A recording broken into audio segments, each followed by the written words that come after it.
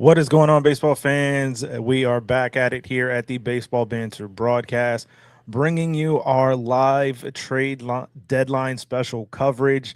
You're going to be seeing a ton of different contributors here from the Baseball Banter Broadcast, bringing you their thoughts and theories on everything that has been going down on this very, very active trade deadline.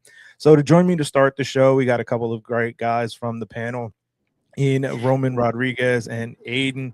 What's going on, guys? Happy to have you on. Uh, it's great to be part of this mutual therapy with everybody in the Major League Baseball.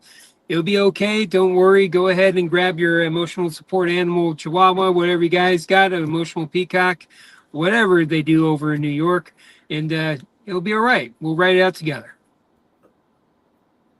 What's going on, Aiden? Hey, I'm super excited for today. One of my favorite times of year, and I just love seeing all the rosters finally shake up and get new pieces or subtract other pieces they don't need anymore that other teams might need. It's just a real fun affair.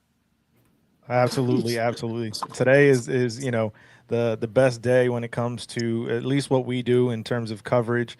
Obviously, a lot of movement, a lot of things to talk about, a lot of different things to discuss. But before we get into all the deep dives, just make sure if you're checking us out here on YouTube that you hit that like and subscribe button.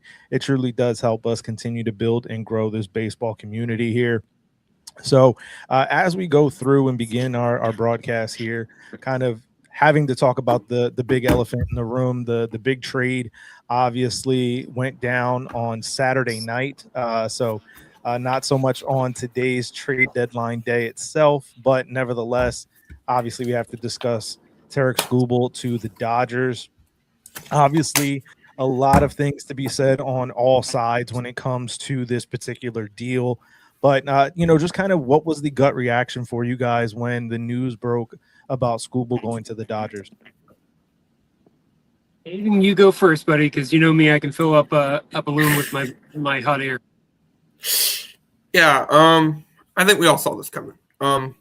What disappointed me was the return. Not that the players aren't good, it's that I can't believe that they couldn't get more out of the Dodgers.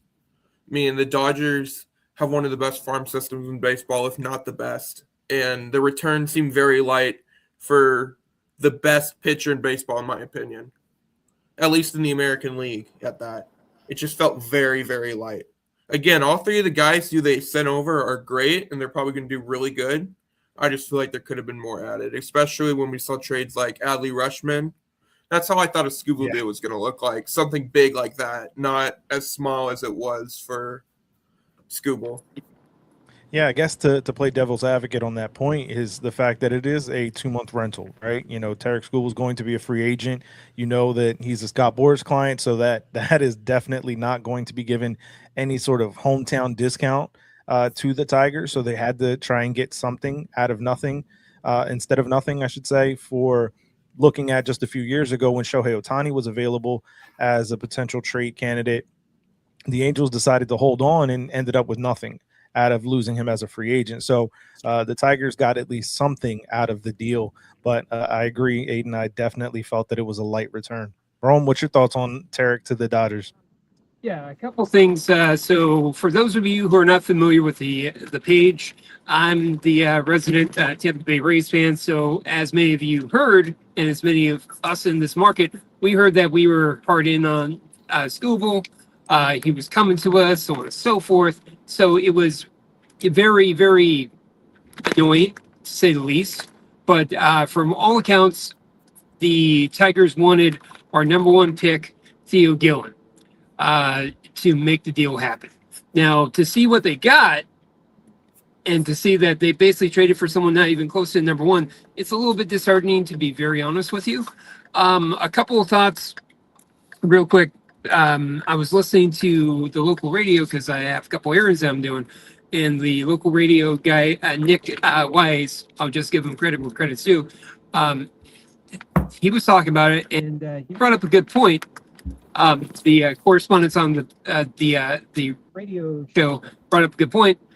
The Dodgers could have said, "Hey, look, you don't have to trade him to us, but we're going to probably get him anyways in the offseason, so you might as well get what you can." And that was actually a very good point, that if I were in the room wearing a three-piece suit working for the Dodgers, that's precisely the power move I would make. I'm like, hey guys, this is as high as I'm going. He's going to be ours anyways, so take it or leave it. That Yeah, type of I think what's situation. interesting about the Scooble deal is, there's reports out there that the Tigers had better offers, and that this was the offer that they decided to take. Some people like to say that maybe they asked Tarek where he wanted to go, and that's why they ended up just taking this deal. What I found interesting was, to me, more than anything else about it, because it did feel like a foregone conclusion that Scooble was going to the Dodgers, but it was about the timing of it, right? Saturday night, as opposed to trade deadline day, where you could potentially even make it seem like you got more out of the deal by pushing it closer to the deadline. But nevertheless, they didn't, right? They didn't go out there and do it. And so it's really interesting to me, the timing of it all. So so Mark's got a comment here, one of our contributors here, that the rumors out there that the Tigers called the Dodgers to make the deal, didn't even shop them around. And that kind of just leads to my point. The rumors out there of, they asked Tarek where he wanted to go, and that's where he decided he wanted to be. And that kind of leads into your point, Rome, about the Dodgers potentially saying, hey, we're going to get him, so you might as well just give something out of it, as opposed to getting nothing at all. So Yeah. definitely an interesting situation. It's obviously the big talking point, because Tarek was the kind of the belle of the ball when it comes to this trade deadline. He was the big name asset on the move. But Aiden, you brought up an interesting name that just got moved recently, a little bit earlier today, and that was Adley Rushman. Obviously, that deal is quite crazy when you think about what the Red Sox gave up to acquire Adley, who is currently on the IL. Obviously, as a Yankee fan, and for Rome as a Rays fan, we definitely did not like to see that go down. But I think that this is a player that was three-time All-Star, the former 1-1 when it comes to the draft, the overall first pick. So it's an interesting move. So what are some of the thoughts in your minds about the deal for Rushman? So I'll go on this one. You're getting a lot more years out of Rushman as opposed to the Scooble deal. So that's also one of the reasons why the dip in was a little bit more thick, if you will, to get the deal done. So I like it if I was a Red Sox fan in theory. However, once you get past the name, okay, you got to realize that he's an okay player. He's not what he once was. He's not what he was 2 years ago. For various different reasons, whether it's injuries, whether it's scouting report catching up with you, different things. And then he's going to a bigger market from the Baltimore market, in the Beltway, to the Boston market. This is a guy who came from Oregon State, so I have my concerns for him, for his career. Best of luck to him, and hey, more power to you for Boston for going all out and really going for it. But here's another thing: what are you going for? Because you're 7 games out of first place, you're 3 games behind the Yankees at this current juncture. You're breathing for that wild card playoff game. Is that what your goal is? And this is not. I don't know. To me, if I was a Red Sox fan, I think you're going a little bit too deep for this type of get for right now. If the Red Sox were in first place, I could completely understand it, but you're not. You got on a heater, that's great, but other teams are also going to get on heaters. So that's my 2 cents. Aiden, what are your thoughts on it? Good get, bad get? It's a good get, yeah. Severe overpay, but I feel like they needed that piece. I feel like the Yankees needed that piece as well. Yeah. It was really tough to see. It really took a long time to process too, which I assume was the medicals. No, sorry to cut you off. So what was happening is the rumor is that Breslow was being held up because the ownership hasn't signed off and he needed Henry to sign off on it. That's the rumor. So whether or not that's true or not, I feel pretty confident at least interjecting with that tidbit. It was John Henry had to sign off on it. Yeah, so I think that when it comes to the Red Sox owner, I also was hearing the same thing, that he needed to kind of put his stamp of approval on it, and that's what was holding up the deal. Aiden, you were going to say? Yeah. So I think that it's a good move for the Red Sox. I feel like to justify overpaying that much, they need to apply an extension, or this is going to look really bad in a couple of years, especially because you're not having him for a long time either. But that's how I'm looking at it.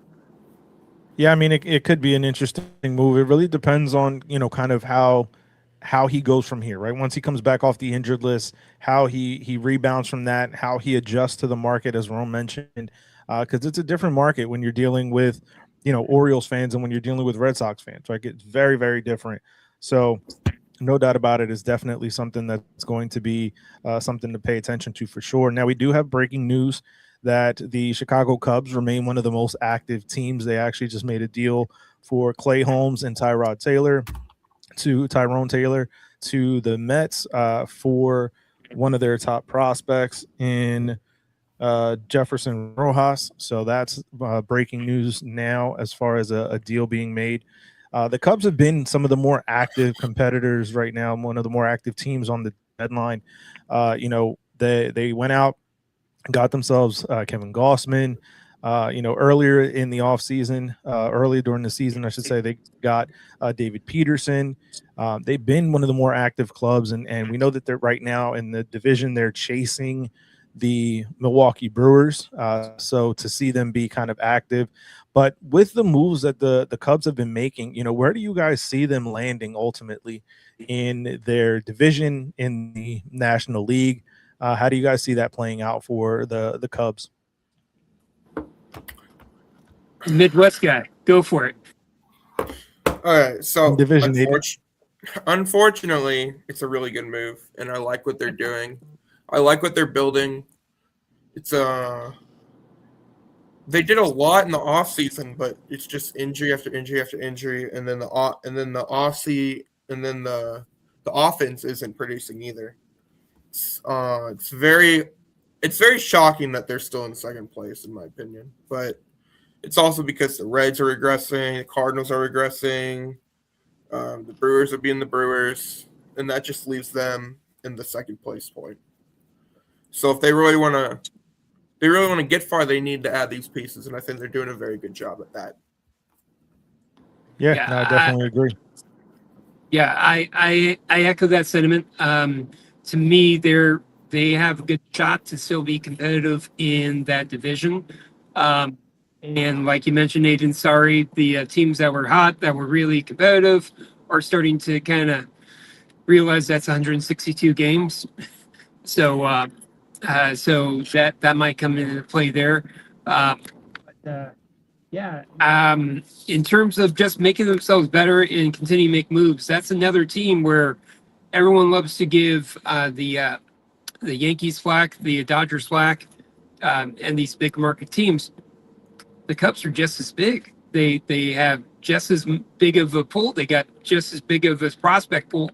Not as sexy as the Dodgers, mind you, not as sexy as the Yankees, but they still have a very competitive balance. So every so often, that old money's coming through. It's like, yeah, I still got a swing in here, and I'm going to swing it. And here you go. So, never sleep on the Cubs the same way you never sleep on the Red Sox nor the Yankees or the Dodgers.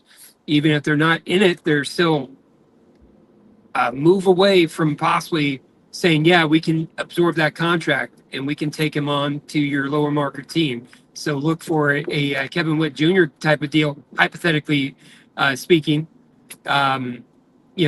if the Cubs were to say, "Hey, look, we'll take that contract off your hands. Here you go," the Royals would have to listen at some point, depending on the prospects coming back. That's just the truth of the matter because they have that capacity. So, and that's kind of the game within the game. Whenever you're in a division with a bigger market team, whether it's the Cubs, whether it's the Yankees, the Red Sox, the Dodgers, et cetera, the Astros, things of that accordance where you have to account for that. So, sobering thoughts from Roman. You're welcome. Yeah, well, So- now speaking of Roma, you got a deal you have to now instantly react to here. Tyler Wells has been traded from the Orioles to the Rays. So what are your kind of instant reactions to hearing this deal, Rome?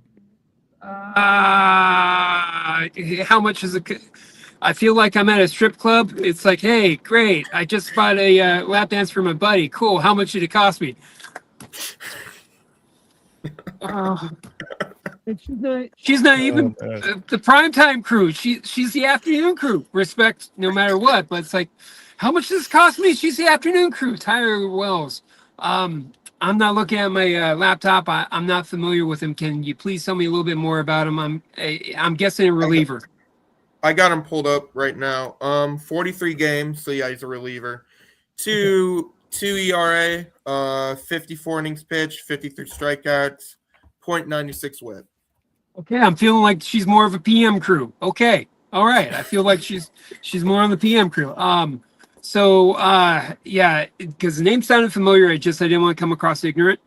And say, oh yeah, I think I remember him. He came out in the bullpen, blah blah blah. And it's like, dude, he's a catcher. Oh, well, son of a bitch. No, but so my instant reaction is one of the things that the Rays have been having a problem is their B bullpen. Pretty much one of the reasons why we haven't walked away from the division and had a really commanding lead is because of our B bullpen. We got a really good A, B, and C. Kevin Kelly's great.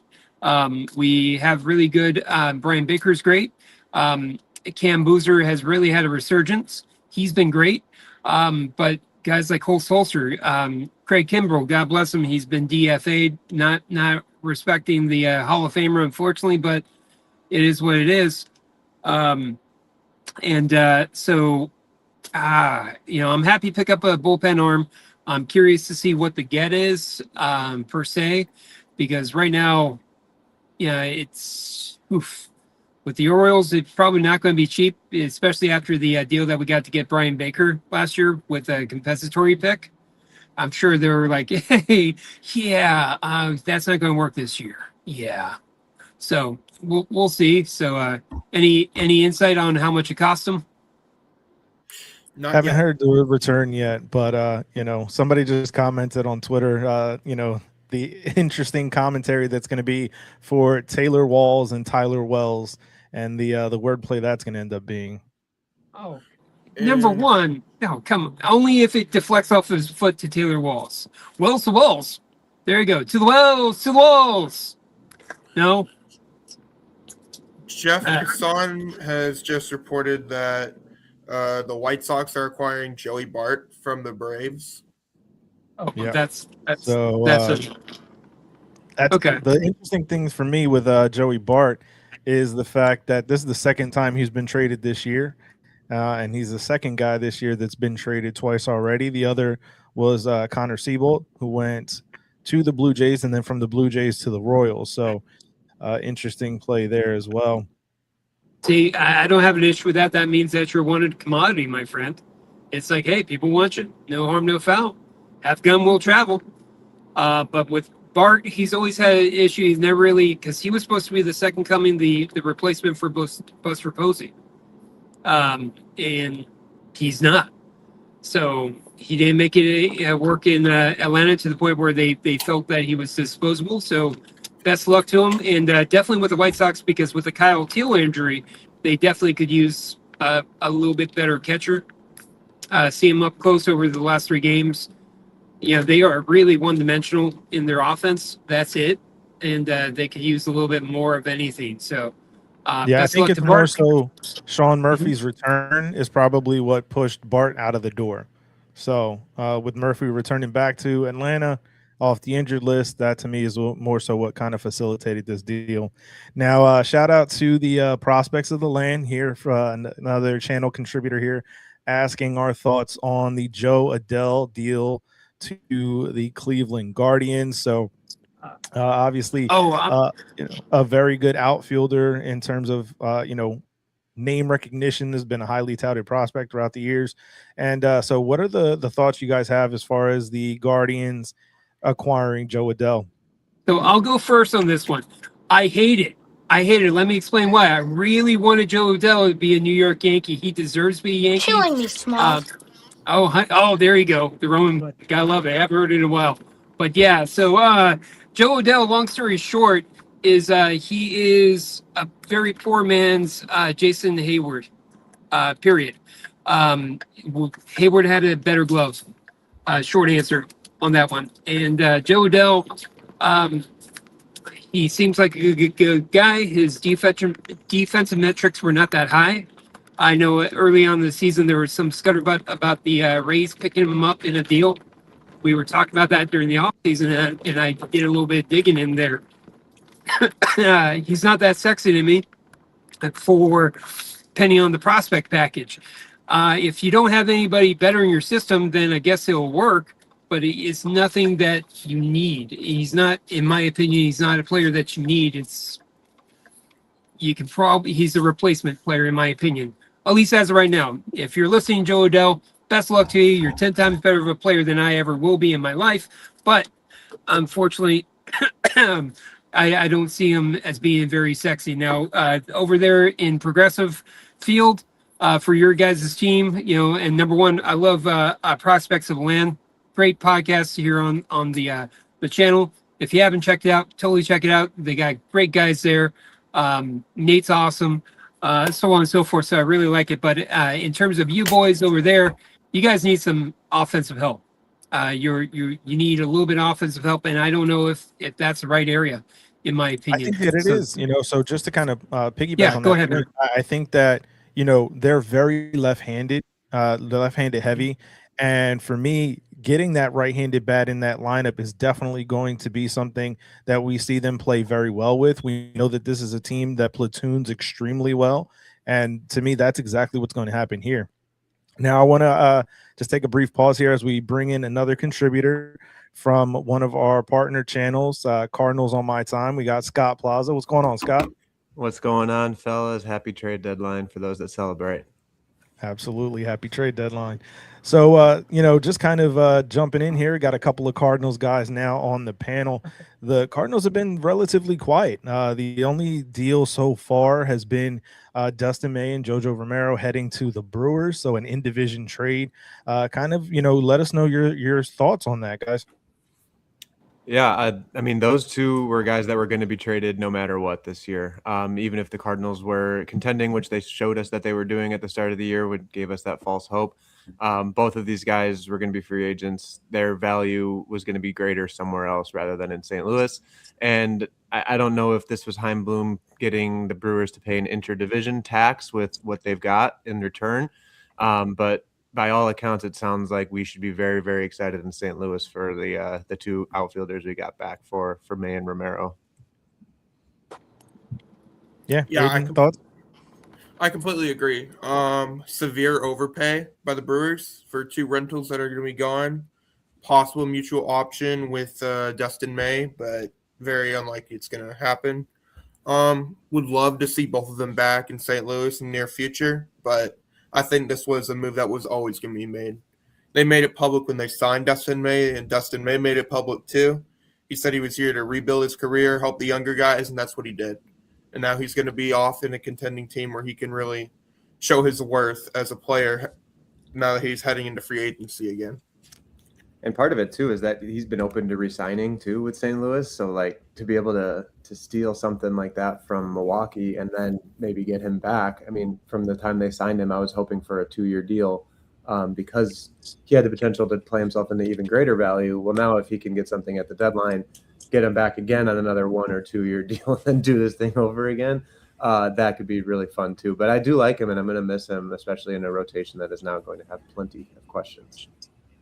For sure. No, I think that it's an interesting thing because, as you said early on, the Cardinals looked like a team that was ready to just, kind of break the mold and the thought process, and was competing very early in this season, and looking like a team that was like, hey, don't forget about us. Everybody wrote us off expecting 100+ losses. That's not the team that was going to show up on the field. So it is going to be interesting to see kind of how they pivot now with the younger crew and the younger players that they're going to give opportunities to. And I welcome know, aboard, Roman. My fault. Dave, one of our contributors here from the Bronx Muchachos podcast. Sorry I'm late, guys. Had an appointment. Had to take my son too, so that's why I'm late. So I'm here now. So yeah, all good. We got time as a little less than an hour now until the deadline is up. So Scott, you were going to say something? Well, I was going to say, I know that Roman was a little nervous about the Cardinals' hot start because he told me there's no way the Cardinals were going to win over 67.5. And I was laughing in your face, but now, I mean, that looks scary. So you could still end up being right, which would be a real slap to the face, too. 100%, Scott. I've been wincing over that. I'm like, oh boy, did I stick my foot in my mouth, so on and so forth. So to see this kind of regression, I'm like, oh, good. I still got it. All right, cool. All right, I wasn't completely off base, but no. What they've done, if I'm a Cardinal fan, and if I'm a White Sox fan, what they're doing is amazing. What your Cardinals have done this season has been absolutely amazing, and should have a lot of enthusiasm moving forward. And definitely, if they don't come back this season, they're going to be right on the radar, and the Brewers should be nervous. The Cubs should definitely trade everyone they can to try to bolster their roster, because the Cardinals, they're breathing down their neck. Really is. Yeah, no doubt. There's definitely, a lot going on. So, Rome, you kind of mentioned it, before we started on the show live today, but obviously the Rays' big acquisition was that of Freddie Peralta.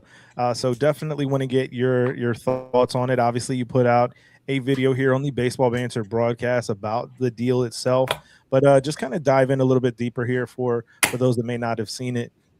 Just kind of your overall thoughts on the acquisition of Freddie Peralta.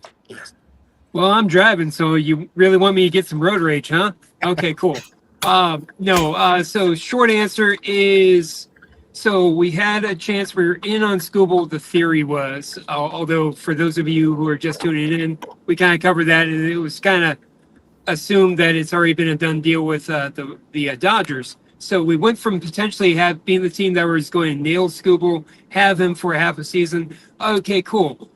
We don't get Scooble. We get a half season of Freddie Peralta, 4.99 ERA, a 1.3 whip, a guy who's been leaving balls in the zone. Just whatever he had 2 years ago, he definitely does not have right now. And on top of that, we're not trading just some guy, one guy who's a Rule 5 pick. We trade 3 guys, and 3 quality guys. 3 guys that are definitely and I'm more ticked off on that. Well, I'm ticked off on a couple of things. Freddie Peralta right now, as it stands, is the weakest starting pitcher in the Rays starting rotation. I understand why we got him. We're a little bit worried about Shane McClanahan, who's out for 2 to 3 weeks with back spasms. I get it. I understand that. But to me, Freddie Peralta is right now on par with probably our 8th to 9th best pitcher in our system right now, who could help out the rotation. I'm not excited about that. And on top of what we gave up for him, MLB Trade, who's a good, solid left-handed bat second baseman, he's really come along. He's adding a little bit more pop. Not much, but he's adding a little bit more pop. Gary Hill, who has a good power arm, righty. He's 19 in Double-A. Aiden Smith, who I absolutely adore. He's a poor man's Hunter Refro at this point. But he has the tools. He's got 40 stolen bases in single-A advance. He's 19 himself. So the Mets potentially got some nice blue chips there to pick up. So, I mean, if I'm a Mets fan, I'm friggin' happy. Half a season they gave up, and they're getting 2 19-year-olds who have some tremendous upside and some more development. Granted, one is on a Rule 5, i.e. Gary Hill. But, yeah, I like this deal for the Mets. I don't like it for the Rays. I think it's a bad use of their resources. I made the metaphor earlier, and Scott and Dave, you're going to love this. It's like paying for a lap dance, not realizing how much you got to pay. That was definitely too much to pay for someone who's on the AM crew. Just That's saying. usually how they get you. You're welcome. You're welcome. I know Dave would get that. God, I don't know you well enough to know if you'll understand that, but I know Dave and I are on the same page. Oh man! So one of the more active divisions has been the AL Central. The White Sox have been extremely active. The Twins were very active for a lot. Obviously, the big move from the White Sox in terms of name recognition, at least, was the acquisition of Luis Castillo. To me, that's a very interesting move for a team like the White Sox. Obviously, in a position right now where they're, battling at the top of that division with some very interesting teams. Now, Castillo isn't the guy that he once was, right? So we know he's a little bit older now. The strikeout rate is down a bit. But for a young team like this, what kind of message does that send to the squad? So this trade surprised me because of the fact that the Seattle Mariners are only a game and a half behind the Astros. So it was kind of puzzling to me why they're kind of somewhat lightly giving up when they went to 7 games in the ALCS last year. If I'm a Mariners fan, I'm extremely pissed off about this. Yes, Luis Castillo is a little bit older. His K rate must be down, but I still don't want to face this guy. I mean, he's still nasty. He can still strike dudes out. He's still a top of the rotation threat. Guy that I was wanting to see in pinstripes, except we didn't want to give up. We wanted to give up Anthony Volpe, but the Reds didn't view him as a shortstop. They viewed him as a second baseman. Surprise, surprise. Rightfully so. One.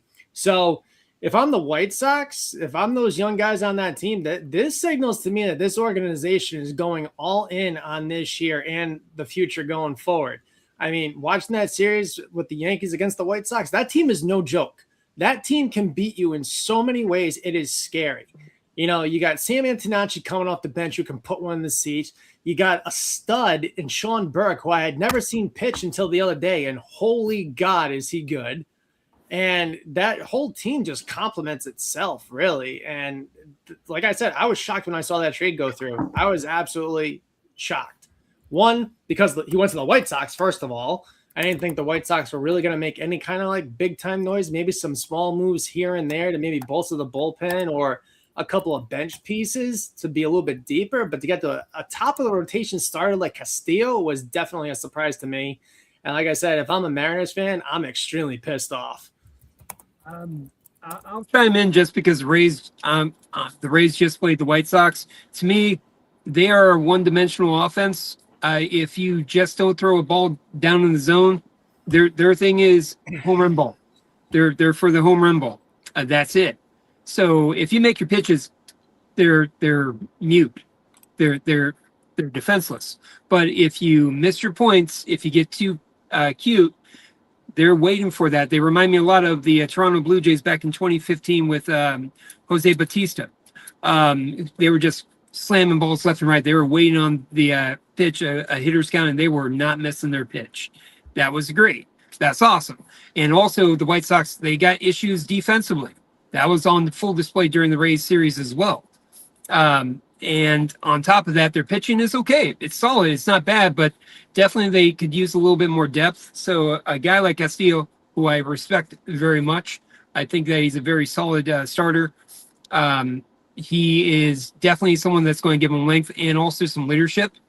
And in terms of what it costs him, it didn't cost him overall that much. Definitely as a Mariners fan, I'm pissed off because you're taking a guy from us.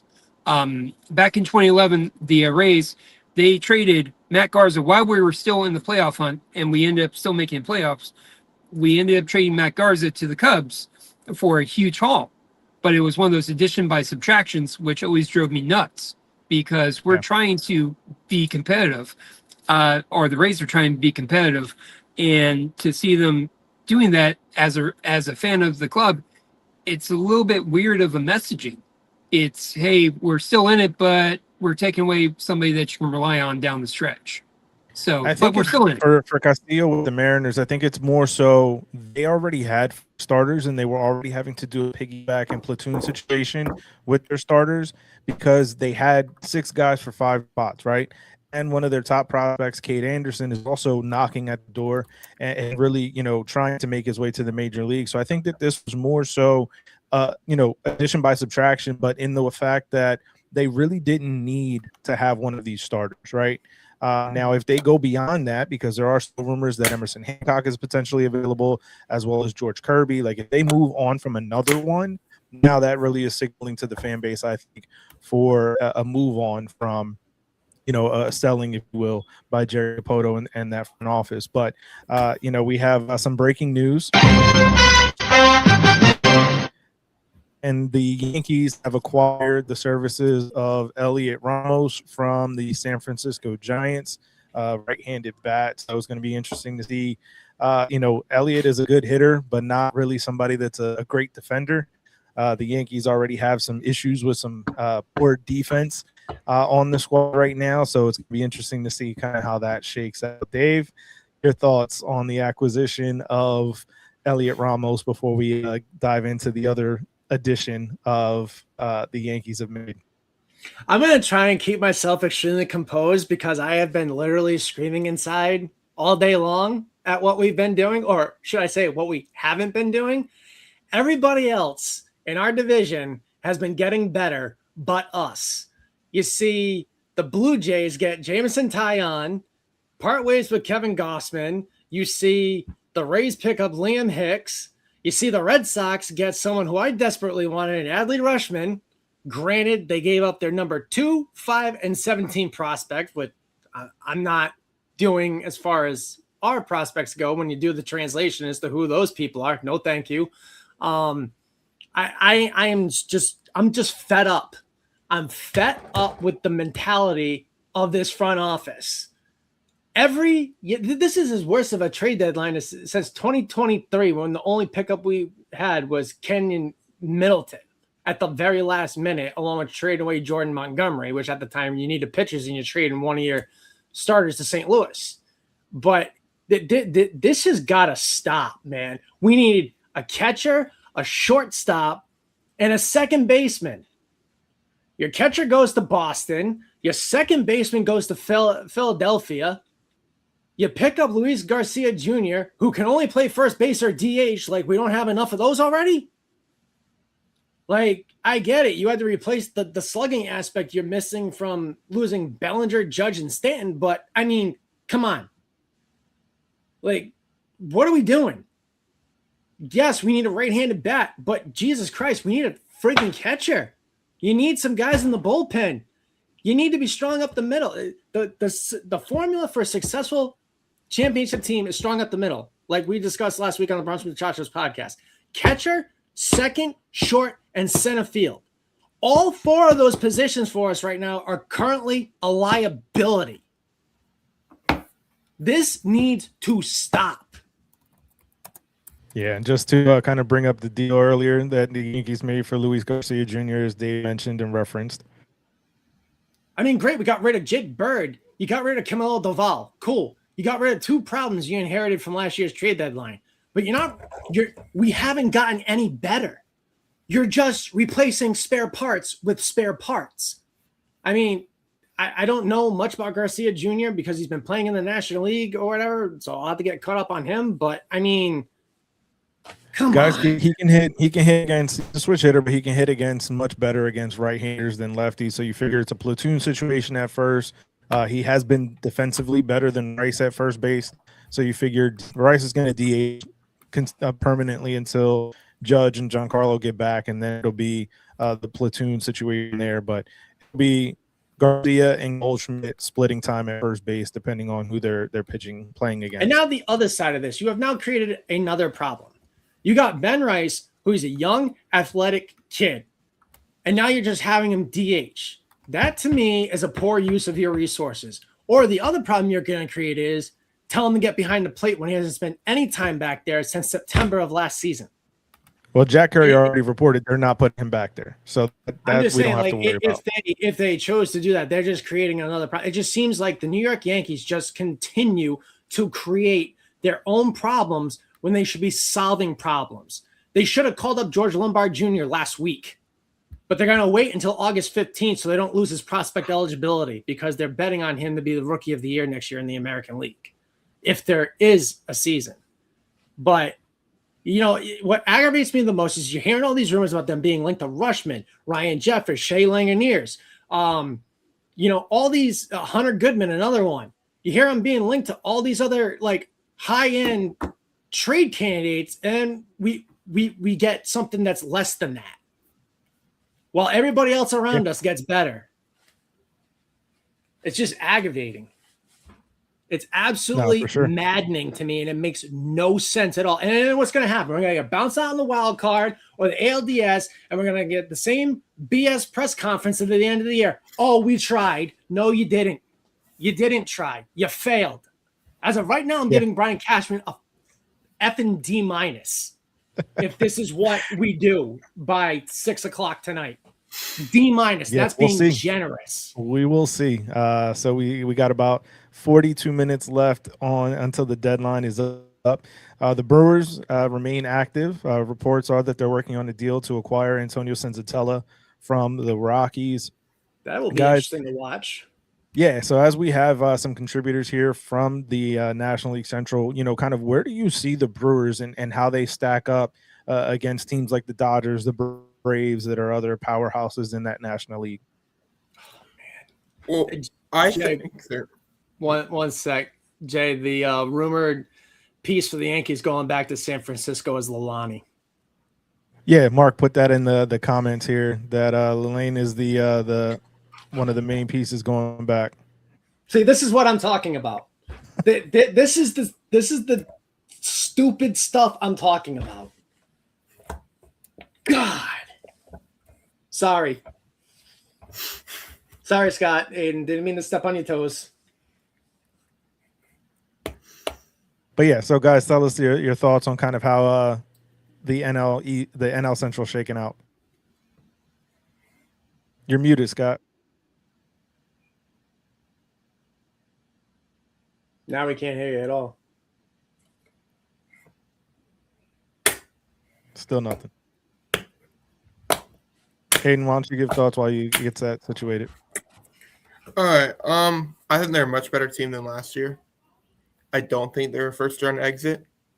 I don't think they're beating the Dodgers, but unless they continue to add more pieces, right now, I see them getting to the NLCS or NLDS, whatever it is. I forget, because I'm not looking at a bracket right now, but you know what I mean. So I think they'll get somewhere, but I don't think, unless they continue to add players, they have to make a big move, and they just aren't doing that. They could have done Skubal. They could have offered enough for Skubal, and they didn't. They passed up on it.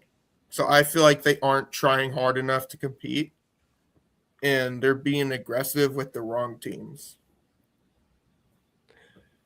Well, I finally, I'm hoping you can hear me now. Yeah. Yeah, you're back. Yep. Okay, perfect. I was waiting to hear back from one of my Brewers friends, and because he's the same thing, you know, we got the guys, but is it the guys that we can win with? Is this going to be a first round exit? I don't think it's a first round exit team regardless. But his was, it's not Skubal, but still pretty excited when I saw it. May's going to jump right into the rotation. Sprout's the odd man out, and then JoJo will round out your pen. I think we did pretty well. So he didn't say anything about the prospect return because, again, what we've been talking about earlier is that it doesn't sound like people are enjoying that. But at least, and this is as a team that's competitive, this is the team that you want. You can give away those lower levels, even if their future value is showing like it's such an overpay that they don't care about 3 years from now at this point. They needed to go for it, and May and JoJo, I think, are going to be good pieces, and we see what the Brewers can do with their arms. So I don't think they're going to regret it in the sense of, what did we give up 9 years from now for the 2026 season? No, for sure. So we have some more breaking news right now. Red Sox acquire the services of left-handed reliever Eric Miller from the San Francisco Giants for Marcelo Mayer. To me, that was a guy that absolutely I thought he was went to going to be. Baltimore.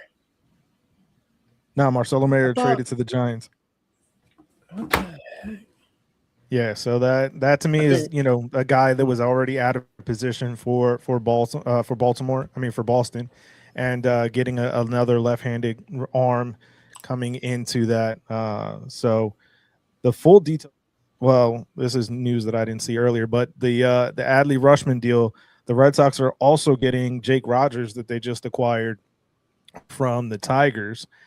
In that deal, as well as cash considerations for the 4 prospect package heading back up to Baltimore, heading to Baltimore from the Red Sox. So another little wrinkle added in there as well.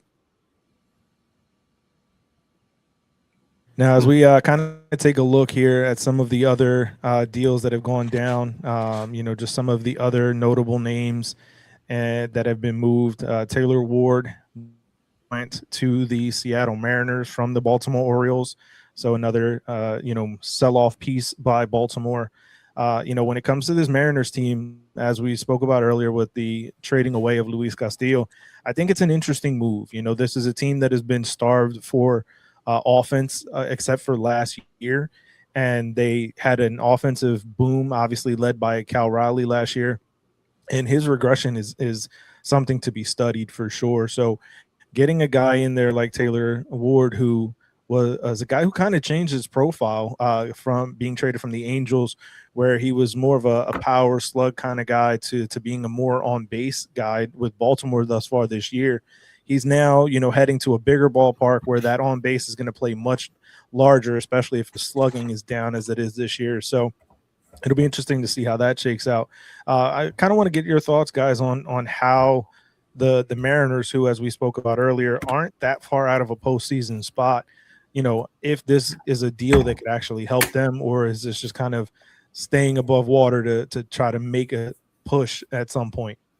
Well, I was watching MLB Network earlier, and Mark Feinsand was talking about how Taylor Ward is viewed by the Mariners as like a table setter, like an RBI guy, contact guy, which is something they were missing. And like you mentioned earlier, with Kate Anderson knocking on the door, Castillo was a piece they were, able to sell off. Not to mention the contract that's attached to him. I still believe he has 3 years left at roughly about $90 million or so.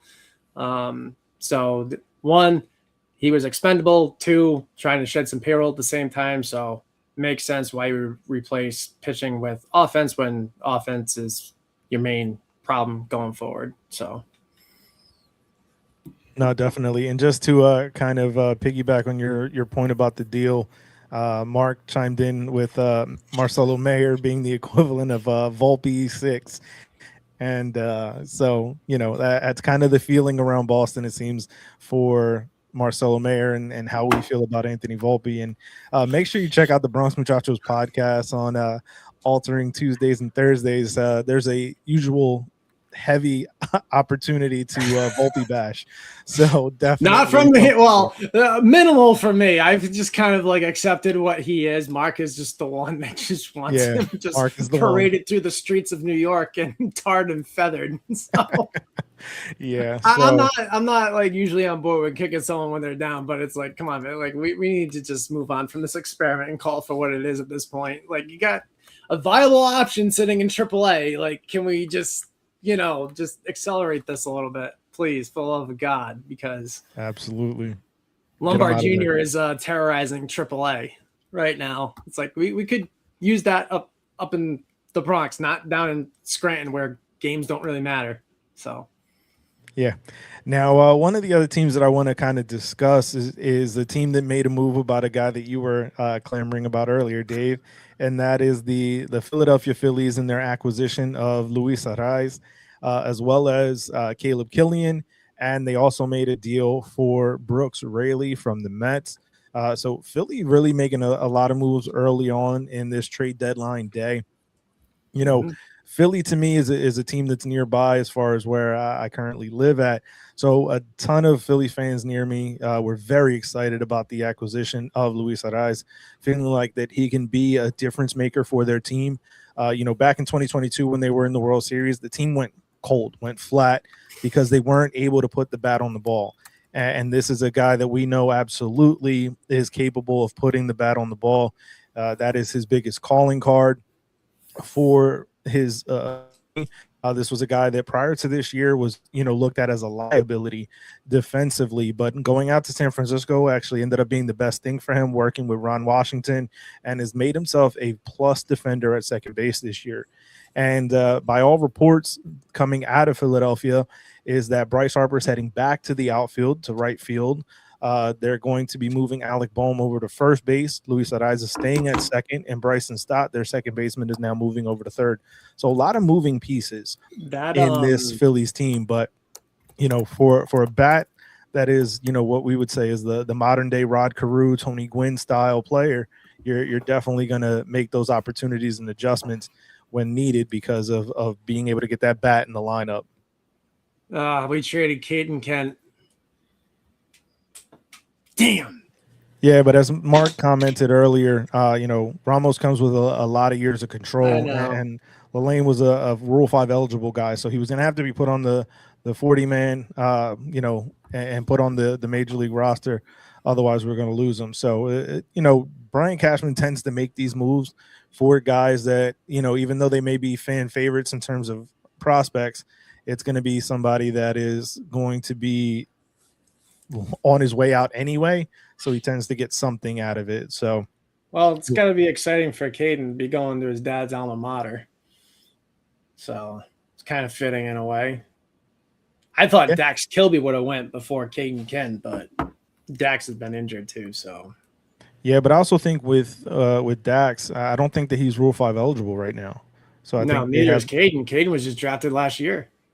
Yeah, so you gotta give up talent to get talent. So if that's what the Giants were after, to be able to get a guy that still has some control left in Ramos, who's going to be a guy who can hit in this lineup. Obviously, we've been starved of anything coming out of the right side of the plate. So definitely something to kind of pay attention to. As Mark chimed in here. Yeah. Dave, I think that's a question for you. The Giants can't get traded to the Giants. Jeff can't play for the Giants. As far as my memory serves me right, Jeff Kent played for the Giants during the 0-2 World Series. So yeah, he was there. All right, so I know I may forget a lot sometimes, but I think I do remember old baseball. The Yankees are holding on to their top 4 prospects, as Mark said. As we should. It's hard to improve, though, when you're not giving up talent. It's hard to improve your own team when you're trading away the guys that are going to replace the problems that are currently on the roster next season. So, or potentially in a week. Yeah. So, my only question for you before we get to the Philadelphia thing while we're on this topic is, if they're getting Ramos has primarily been playing left field. Does this mean that Bellinger is out for the rest of the season? So my thought, and this is kind of where, I've kind of been reluctantly feeling the situation being for the Yankees and why I feel like they've been so quiet this deadline. It feels like 2023, and they don't think Judge is coming back. No, to me, I don't think that's him or Stanton are coming back this year. Well, I wasn't really counting on Stanton. The fact that he's been out with a calf strain since April. Yeah, since before May. Like this isn't somebody that I was going to really be counting on to come back and do much of anything. But when it comes to Judge not returning, that to me is where the situation finds itself, right? That why would the Yankees go out and trade their highly valued assets when the guy who makes the lineup tick and that makes the lineup go isn't coming back? Yeah. So sadly, that's kind of the feeling that I have. And if he was coming back, Jones and Dominguez wouldn't still be here. Right. they'd be somebody else. They'd be somewhere else. So this is Yeah. I mean, you're now concerning. bringing in Ramos in. You figure you already have a questionable defending outfielder in Jason Dominguez. You moved him to right field, which made Juan Soto a Gold Glove nominee the year that he was in the Bronx. And so moving Dominguez to right field at Yankee Stadium makes him a much better defender simply because there's less ground for him to cover. And now you have the question of whether you're playing Elliot Ramos in a left field that's arguably the hardest left field in all of baseball, or you were going to move Dominguez back there. And what do you then do with Spencer Jones? And Put what him are in you center doing field and tell with Trent Grisham to grab some pine. Yeah, I mean, that to me, Trent Grisham is another waste of resources and funds. The fact that they offered him that qualifying deal just did not make sense to me at the time and continues to not make sense. Nobody expected him to be able to repeat what he did last year, except clearly for the Yankees front office. I was somewhat of a believer. I was not. I was hoping for the best, but Between clearly his I've been defensive eating my metrics, words all year. yeah, between his defensive metrics regressing, and I know people tried to blame it on the hamstring injury, but to me, his defense was lacking even from last year. The fact is, he only had a good first half, and the rest of the season was absolutely just stumbling over himself when it comes to what he was doing in the box. Obviously, every so often he'd hit a big home run, and it's similar to how the rest of the team has been operating. You figure Jazz hits a big home run once, every 11 days or so. I saw somebody tweet out. If that. So Jazz hits a big home run once every 11 days. Trent will get one every 16 to 17 days. And the rest of the time we're dealing with 2 runs or less. Like, I mean, the fact is that this team in this last week was dealing with 3 teams over 500, and they barely got through this 10-game road trip with a winning record. And there was 2 more games that they should have won if this offense was even halfway legitimate. So there's a lot to do with this offense. And Mark's chiming in, Aiden. He needs you to calm down and relax, not talk so much.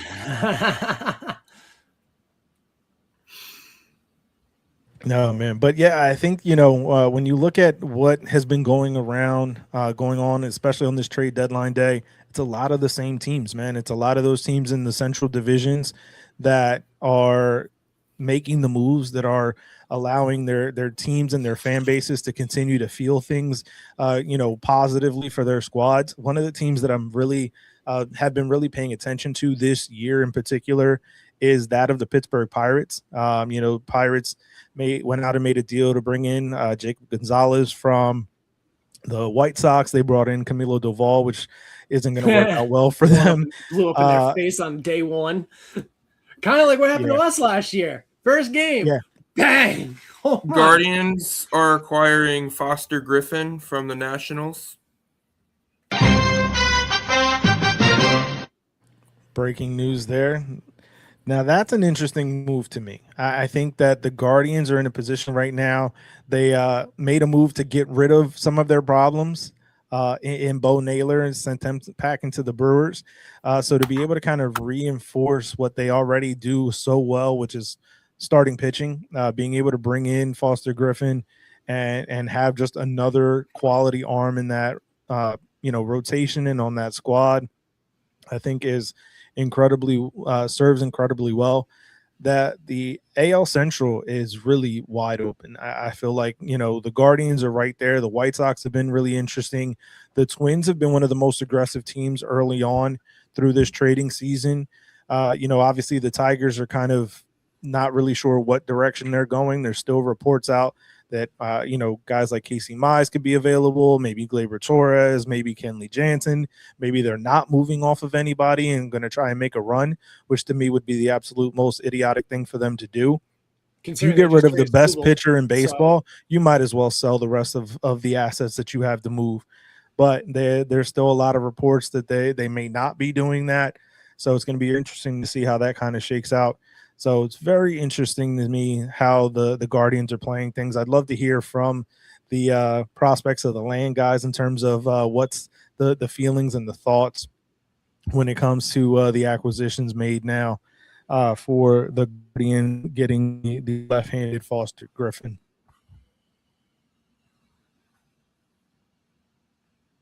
All right, so taking a look here now, just at some of the other moves that were made. The Braves have been pretty active, getting a few different guys. Yeah, they traded away Joey Bart, but that was more. Yeah, they traded for him and then traded him away. I got Sean Murphy coming back. So. Yeah, opening the door for Sean Murphy's return. So, no doubt about it. Definitely an opportunity there for the Braves to really put themselves in a position to be successful going forward.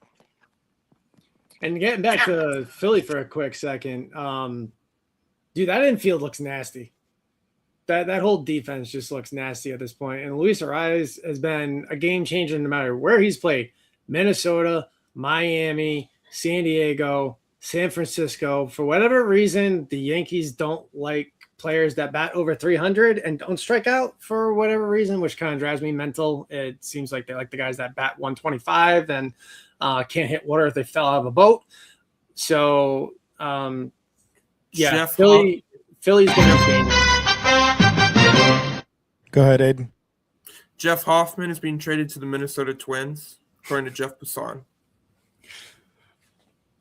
Yeah, I'm pretty sure they're reiterating my point that the Central has been very aggressive this year. Pretty sure Toronto is very happy to see him go. Yeah, I'm sure they are. A lot of bad memories leaving with them. Poor guy. I kind of feel bad for him in a way. Yeah, man, it's been an interesting time in terms of the Central divisions, no doubt. They've been very aggressive on both the National League side and the American League side, more so in my opinion. Well, both those divisions in both leagues have been wide open for, however long. I mean, you got 10 of probably the weakest teams in Major League Baseball in both respective Central divisions in the league. There's never a clear-cut division winner every year, except in the case of Cleveland. That's made it look easy for the last 7 to 8 seasons or whatever it's been. But the NL Central, Milwaukee has been top dog for the last 5 to 6 years. Prior to that, the Cubs have made it interesting. Cardinals haven't really been anything special since probably their last World Series win in 2011. But have made the playoffs here and there throughout the years. But yeah, both those divisions in both leagues have been wide open for a very long time. And it's, like I said, you got a combination of 10 of the smallest markets in Major League Baseball, all consolidated into 2 central divisions. So, yeah, no, I mean, I think when you look at what this opportunity is in both the central divisions, there, especially for the Central in the American League, right? That to me is really wide open in terms of the battle between the White Sox and the Guardians. I think that those are going to be the 2 teams that are really, coming to blows for that title and for that championship in terms of the Central crown and the pennant. Obviously the Royals have not had the year that they have wanted to have. The Tigers are kind of in that middle ground. The Twins have been, trying to put themselves in that position as well to be able to be successful. And then on the National League side, as you said, the Brewers have been very strong over the last several years. The Cubs are always kind of in and around that hunt. For the most part, the Cardinals started out really hot, kind of tailed off a bit right now. Pirates have been a surprise this year for most people. They're playing pretty well, especially compared to how they have been since their last postseason run in the early 2010s. And the Reds were, a postseason team last year. And obviously they've fallen on harder times this year, with some regression and injuries. But, that to me is a division that could be extremely fun to watch over the next several years, depending on how things shake out, especially with how the Cardinals are selling pieces off. It'll be interesting to see what happens from there.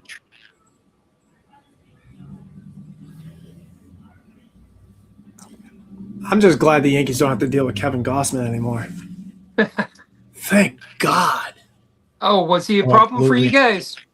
No, not at all. Oh, we're sad to see him go. We loved him when he was in Baltimore. You know what drives me nuts about that guy in particular? When he was in Baltimore, couldn't hit the strike zone if he wanted to. Goes to San Francisco, figures out how to pitch, and then goes to Toronto and is like the second coming of Nolan Ryan.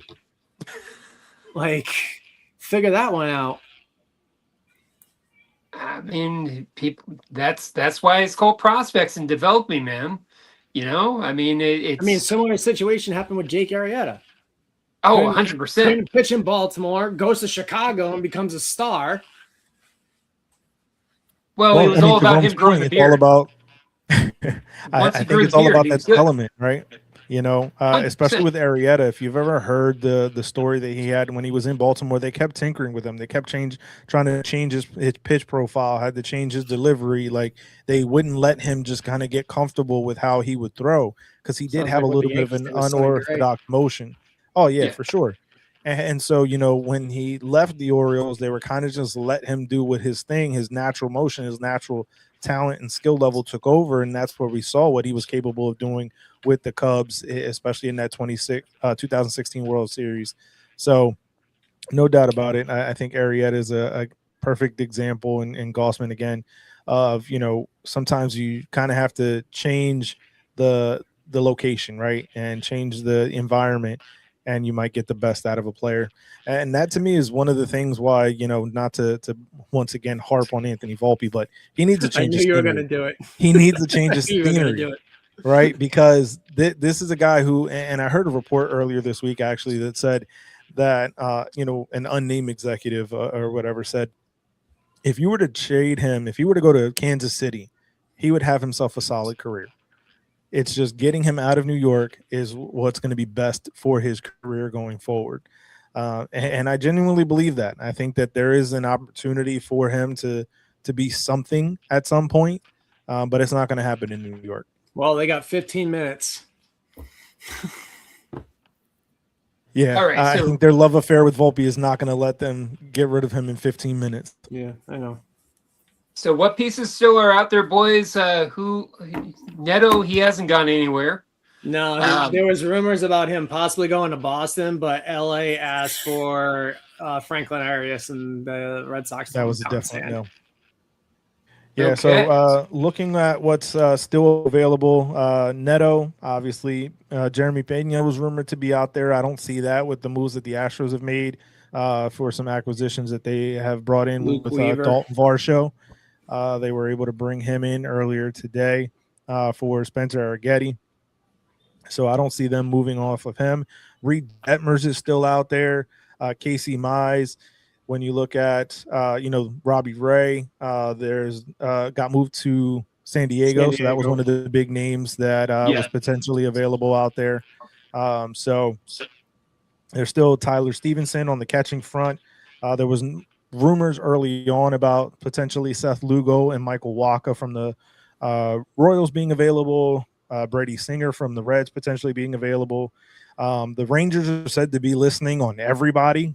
Jacob deGrom has already said he's not waiving his no trade, so that won't be somebody that'll likely be moved. But Seager, Mackenzie Gore, Jacob Platts, Nathan Eovaldi, another guy with a no trade.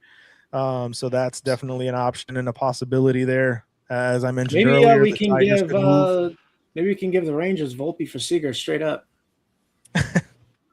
Yeah, have Volpe go back and play with his childhood buddy and Leiter. Yeah, guys. No, Volpe is a Yankee for life. He deserves to be Yankee. You really want to see me go run out in the middle of traffic right now, don't you? Oh, no. I don't. Not you. No, but I just think Volpe is a perfect Yankee. He deserves to be there till he retires. He's a good guy. 100% Yankee all the way. Go Yankees, go Volpe.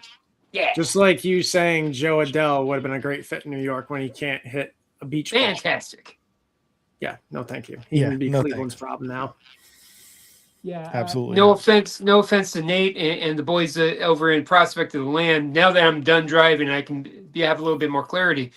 I just don't see the romance to Joe Adele at all.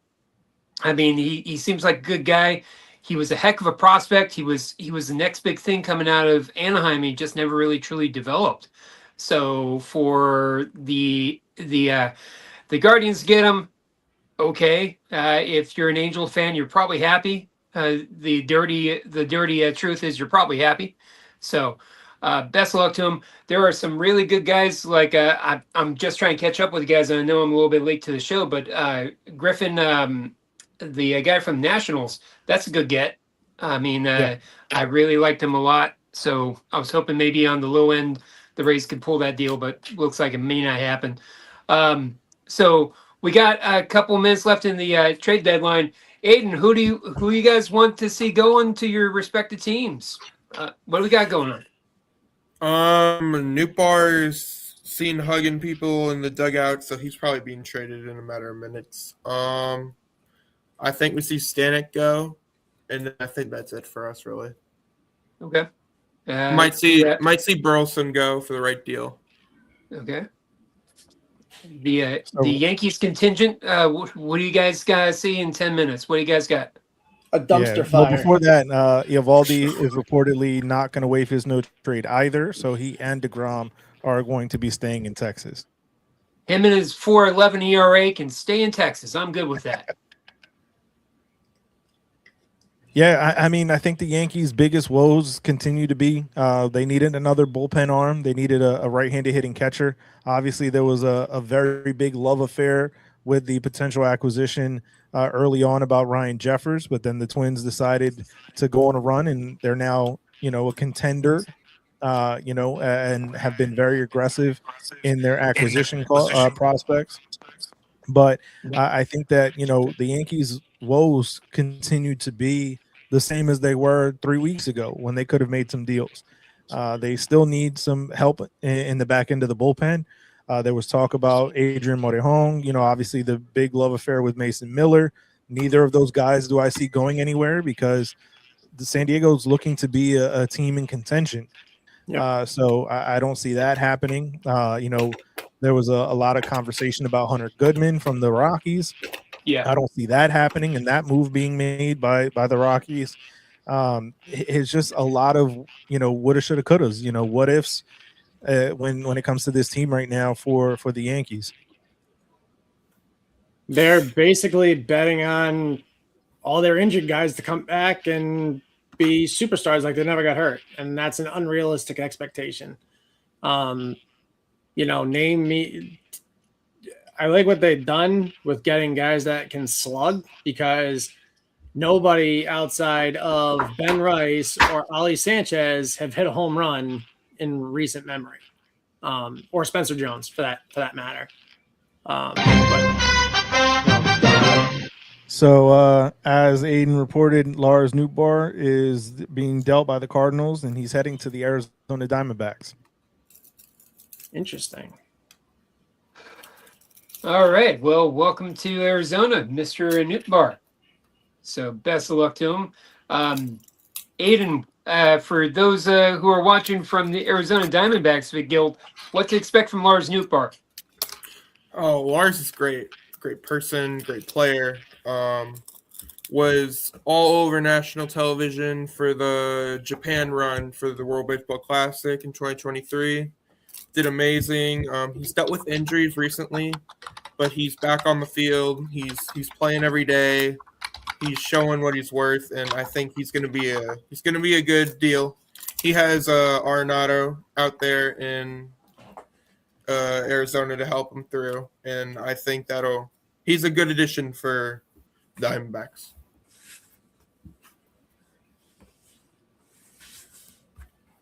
Yeah, man. So we're in 10 minutes inside of 10 minutes of the trade deadline. So no doubt about it. Definitely an opportunity for some last minute deals to come through.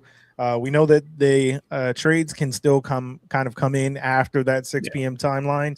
As long as they're submitted by the MLB commissioner's office prior to 6 o'clock, they'll go through. Exactly. So that's why we'll still be on here till about 6:30 or so, just to kind of cover any of those last minute things that may be hanging on in terms of the deals in the making right now. So Overall, I think that this has been a very interesting trade deadline. Obviously, there's a lot of conversation, and we didn't really touch on it here as the potential of a pending lockout with the CBA set to expire on December 1st of this year, and what that could mean for a potential season or lack thereof in 2027.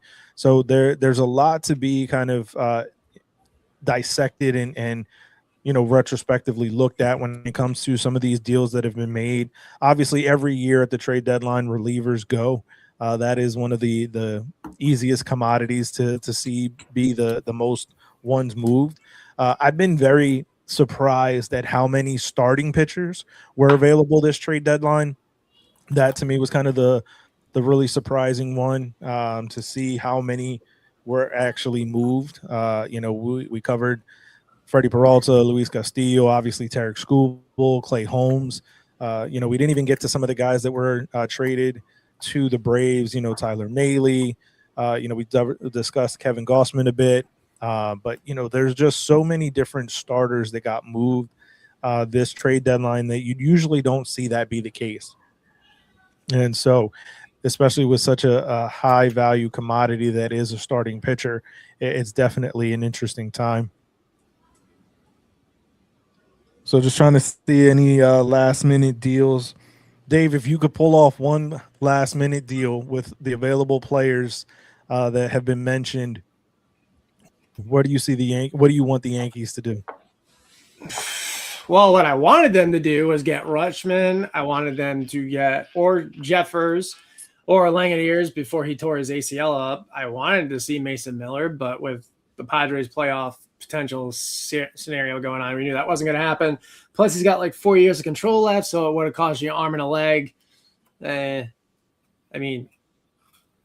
would have done it for him just because of the type of player he is. It would have been like possibly the damn near closest thing you could get to having Mariano as your closer, but he would be very expensive. You are then parting ways with Lombard, Dominguez, Jones, Legrand, and either Elmer Rodriguez, Ben Hess, or Bryce Cunningham, for one reliever. So that'd be too much to give up. I wanted them to get Luis Ariz just because of the fact that he doesn't strike out, which we have a huge problem with, and he has a high batting average. And, his left-handed bat would play well in Yankee Stadium. But if I'm doing anything to bolster that bullpen, I wouldn't mind seeing Luke Weaver come back just because he's been He already went to the Pirates. Oh, son of a bitch. Okay, well, then I want nobody because obviously there's nobody out there to be had. Brian Cashman is either climbing the Empire State Building or sleeping in a sleeping bag somewhere on a sidewalk or in a subway tunnel in New York City.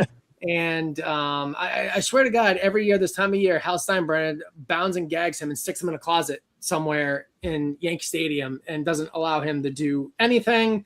And the insurance adjuster, assistant GM Mike Fishman is the one making all these deals. So, like I said, D- this trade deadline for sure, because we have literally done nothing to improve, in my opinion.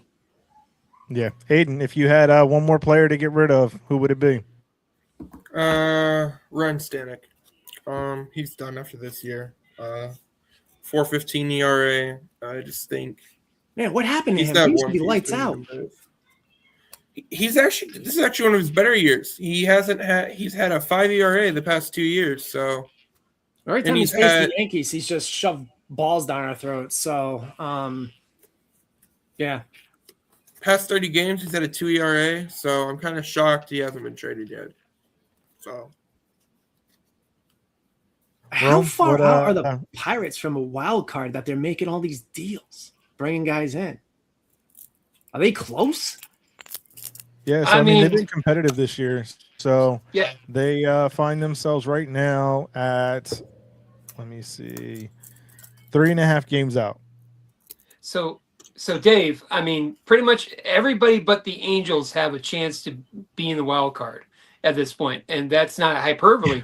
That's the honest goodness truth. Well, they just showed it on the TV. The wild card right now is the Yankees, Red Sox, Mariners, Rangers, Twins, And another, it's like a 5-team race right now. And they're all with like the Yankees are 6.5 games up. Yeah.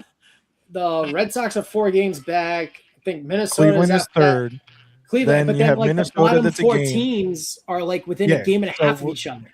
Listen, Toronto's been selling and they're 4.5 out, right? So you have the Twins that are a game out, Texas that's a game and a half out, Seattle's 2 games, Baltimore's 2.5. They've been selling like crazy. Detroit's 2.5, and Toronto that's been kind of selling and buying at the same time, especially with their acquisition of Josh Smith earlier today. They're 4.5 out. So really the only teams that are out of it are the Royals that are 11 out, the Athletics that are 11.5 out, and the Angels that are 13.5 out in the American League. The AL has been absolutely trash this year. So it's not surprising to me that there's still so many teams that are in the mix. And another thing that has surprised me today is the fact that the Marlins have not moved Sandy Alcantara. So with the somebody. year that he's been I am having and shocked. the year they've been having, I'm not surprised. There was talks early of him potentially being available, but as they started, especially when they went on that run, they had themselves a nice little win streak going there for a bit. Which crashed and burned.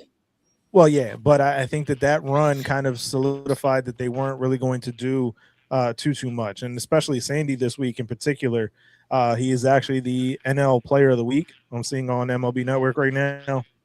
2 starts, 2-0 in those 2 starts, 10 strikeouts to 3 walks, and a .85 whip with no runs given up. So if they were going to move him, they definitely should have. But I think that they're looking at this team right now and the run that they've had and kind of holding things out. So we're within the last couple of minutes here for the deadline. Obviously, again, as we mentioned earlier, there's still some time for deals to come through as long as they've been time stamped to the commissioner's office before the 6 p.m. deadline. So we may be able to go through any other potential breaking news that may be happening. So it's being reported that the Cleveland Guardians have acquired the services of Nathaniel Lowe from the Cincinnati Reds. That's according to Jeff Passan of ESPN. So, Rome, as we kind of round out with you in terms of what would you like to see the Rays do in this last minute, or how would you grade out their trade deadline today? Because Mark's got the Yankees with an F overall. Dave said a D minus. So how do you grade out what the Rays have done this trade deadline? All right. So to answer that and to try to answer that quickly, you got to know what the needs were of the Rays. And as of right now, they had an outfield surplus with Johnny DeLuca, Chandler Simpson, Cedric Mullins, Ryan Volade, Victor Mesa Jr., and we got Jake Melton, who is just waiting for an opportunity in AAA. Second base was the biggest concern. Shortstop, maybe if you had someone with a little bit of a higher grade bat, but not taking away too much from defense. And their catching was a bit of an issue, if you will, and a lot of spots to kind of improve. The main issue with the Rays is they're top heavy offensively. Once you get past Randa, once you get past Yanni Diaz, once you get past Junior Caminero, the lineup gets very pedestrian very quickly. So they were able to answer one of those things with Hicks. So I'm going to put that. And in terms of the package to get Hicks, it hurt, but it was okay because we got Hicks and I really like him, especially we got him for multiple years. Defensively, he kind of scares me. He kind of reminds me a little bit of left-handed Gary Sanchez, to be very honest with you. And so I'm giving that one a B+ on the grade scale. Defensively, kind of scares me. We're a team built on defense and pitching. A reminder. So now the Peralta deal, F minus. F minus. I just don't get it. I don't like it. You know, I was dogging one of the guys who had a 4.11 ERA, and I'm like, that's better than Peralta. That's better than Peralta, for love of Pete. And it cost us 3 Dio Porco prospects. Listen. I don't want to hear any complaining from. Enjoy your Volpe. I don't want to hear. Let me finish. I don't want to hear any complaining from a team that's currently in first place, that's addressing a need in their starting rotation. At least your front office is addressing your team's needs and not just sitting on their hands like ours is by bringing in pieces that don't fix a problem. Okay, answer me this. Oh your God. All right, so we got a few deals that have come in under the wire here. Kirby Yates has been traded to the Pittsburgh Pirates. Victor He's still Vodnik. pitching? Yeah, that's what I said. He was with the Rangers. Kirby Yates, coming from the Rangers. So Victor Vodnik got traded from the Rockies to the Marlins, and the Padres have acquired the services of Casey Mize. Okay. All right. Well, yeah, no, in terms of the overall, just finishing out, and then I'll let you boys talk. The Tyler Wells deal, I was looking it up. I like it a lot. I actually like it a lot. It did cost the guys Michael Forret. Michael Forret was one of the pieces that we got from the Shane Baz deal. So he's coming back to the Orioles. He was also going to be a Rule 5 guy himself. So I kind of expected this much, if you will, moving forward. So I'll give Tyler Wells, because that was also an issue that the Rays had, was their secondary bullpen. I give that one a B plus. So you got an F minus, you got a B plus with Hicks, and you got a B plus with Wells. So put that together. I'm going to give this. Oh, you're right. C. So I give it a the C. Dodgers are acquiring Hunter Fiducia from the Rays. So he's going back to LA. Okay, great. Dodgers.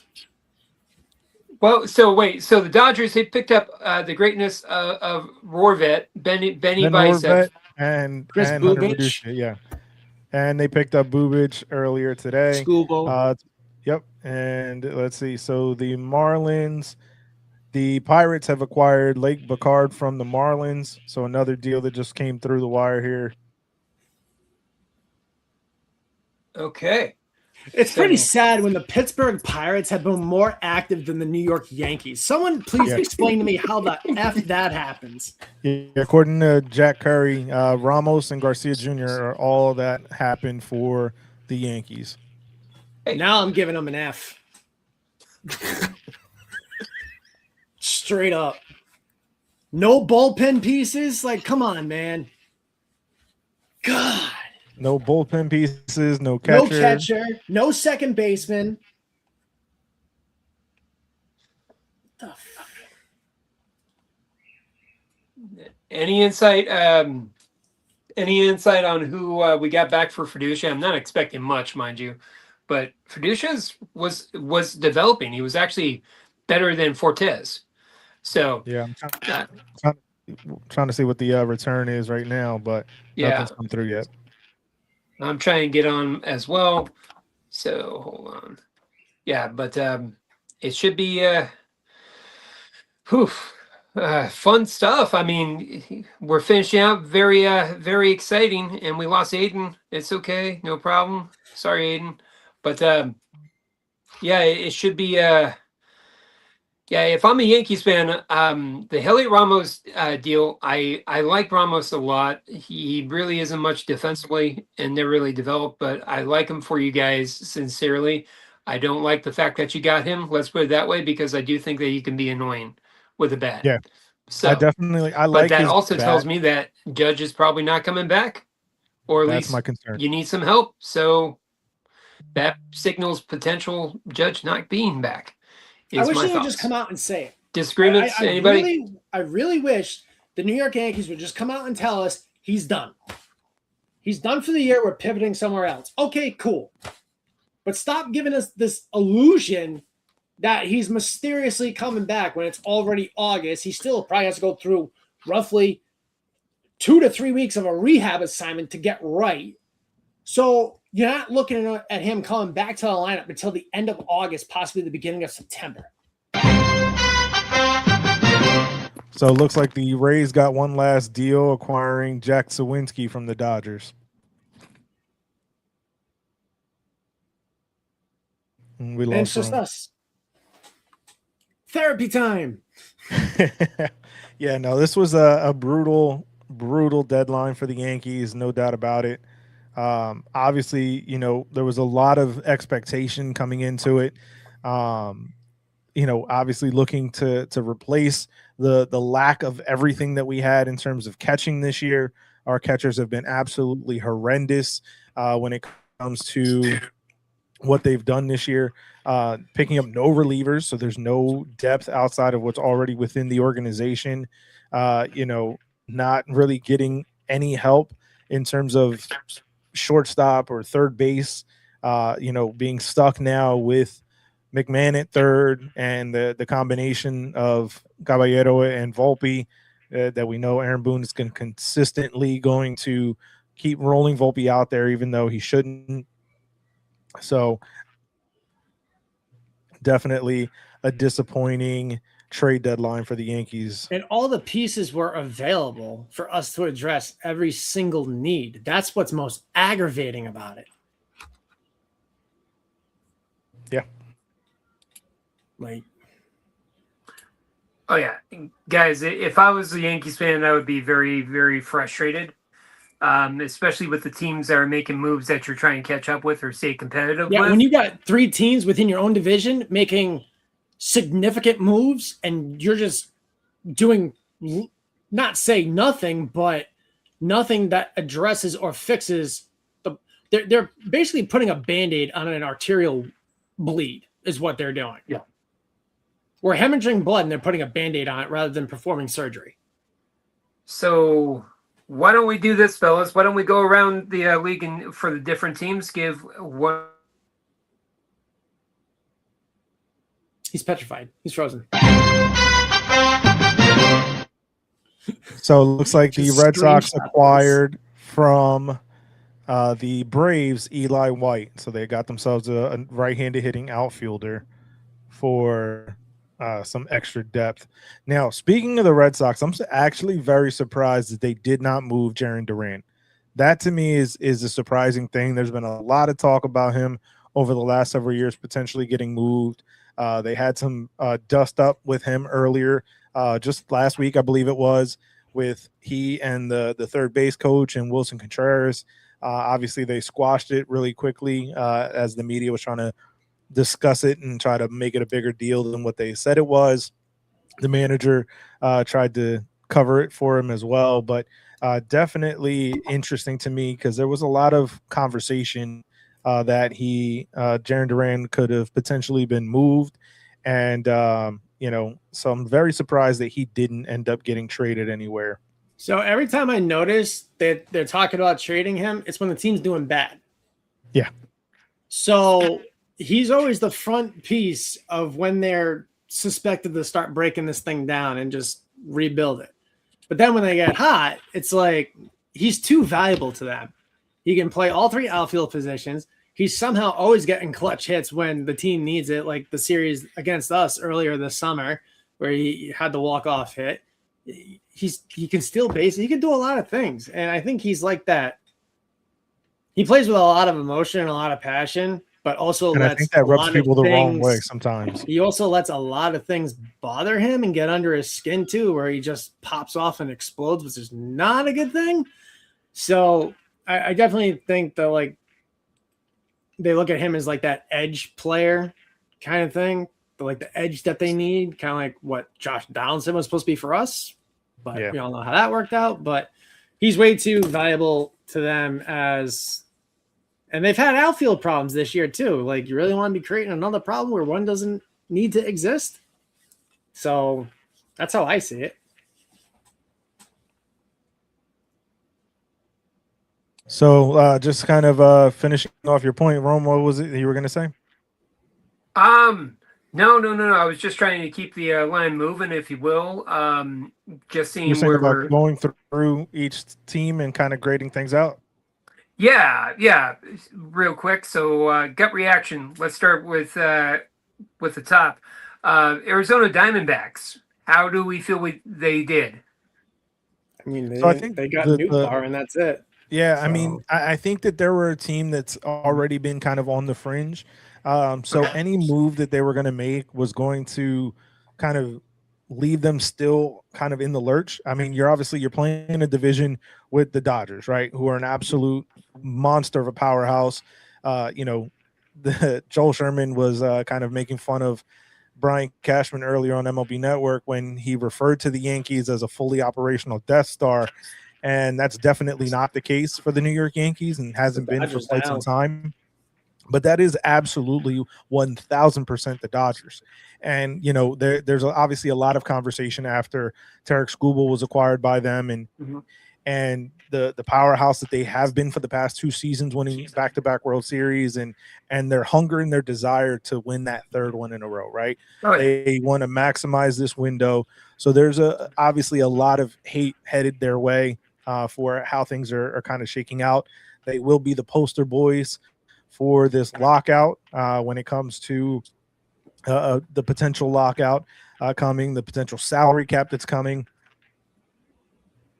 But, when you're the Diamondbacks and you're stuck in that division, you're really playing for second fiddle, right? And so there's still an opportunity for them in terms of looking at where they stand in terms of the wild card. They are that second seat right now. So if the postseason were to start today, they're in. They have themselves an opportunity where the San Diego Padres are a game out of a postseason spot. So they're right there crawling on their heels. They did not, the Padres did not go through and sell off the pieces that were expected to be sold off. There was a lot of conversation throughout the entire trading season that Mason Miller was going. It was basically a foregone conclusion.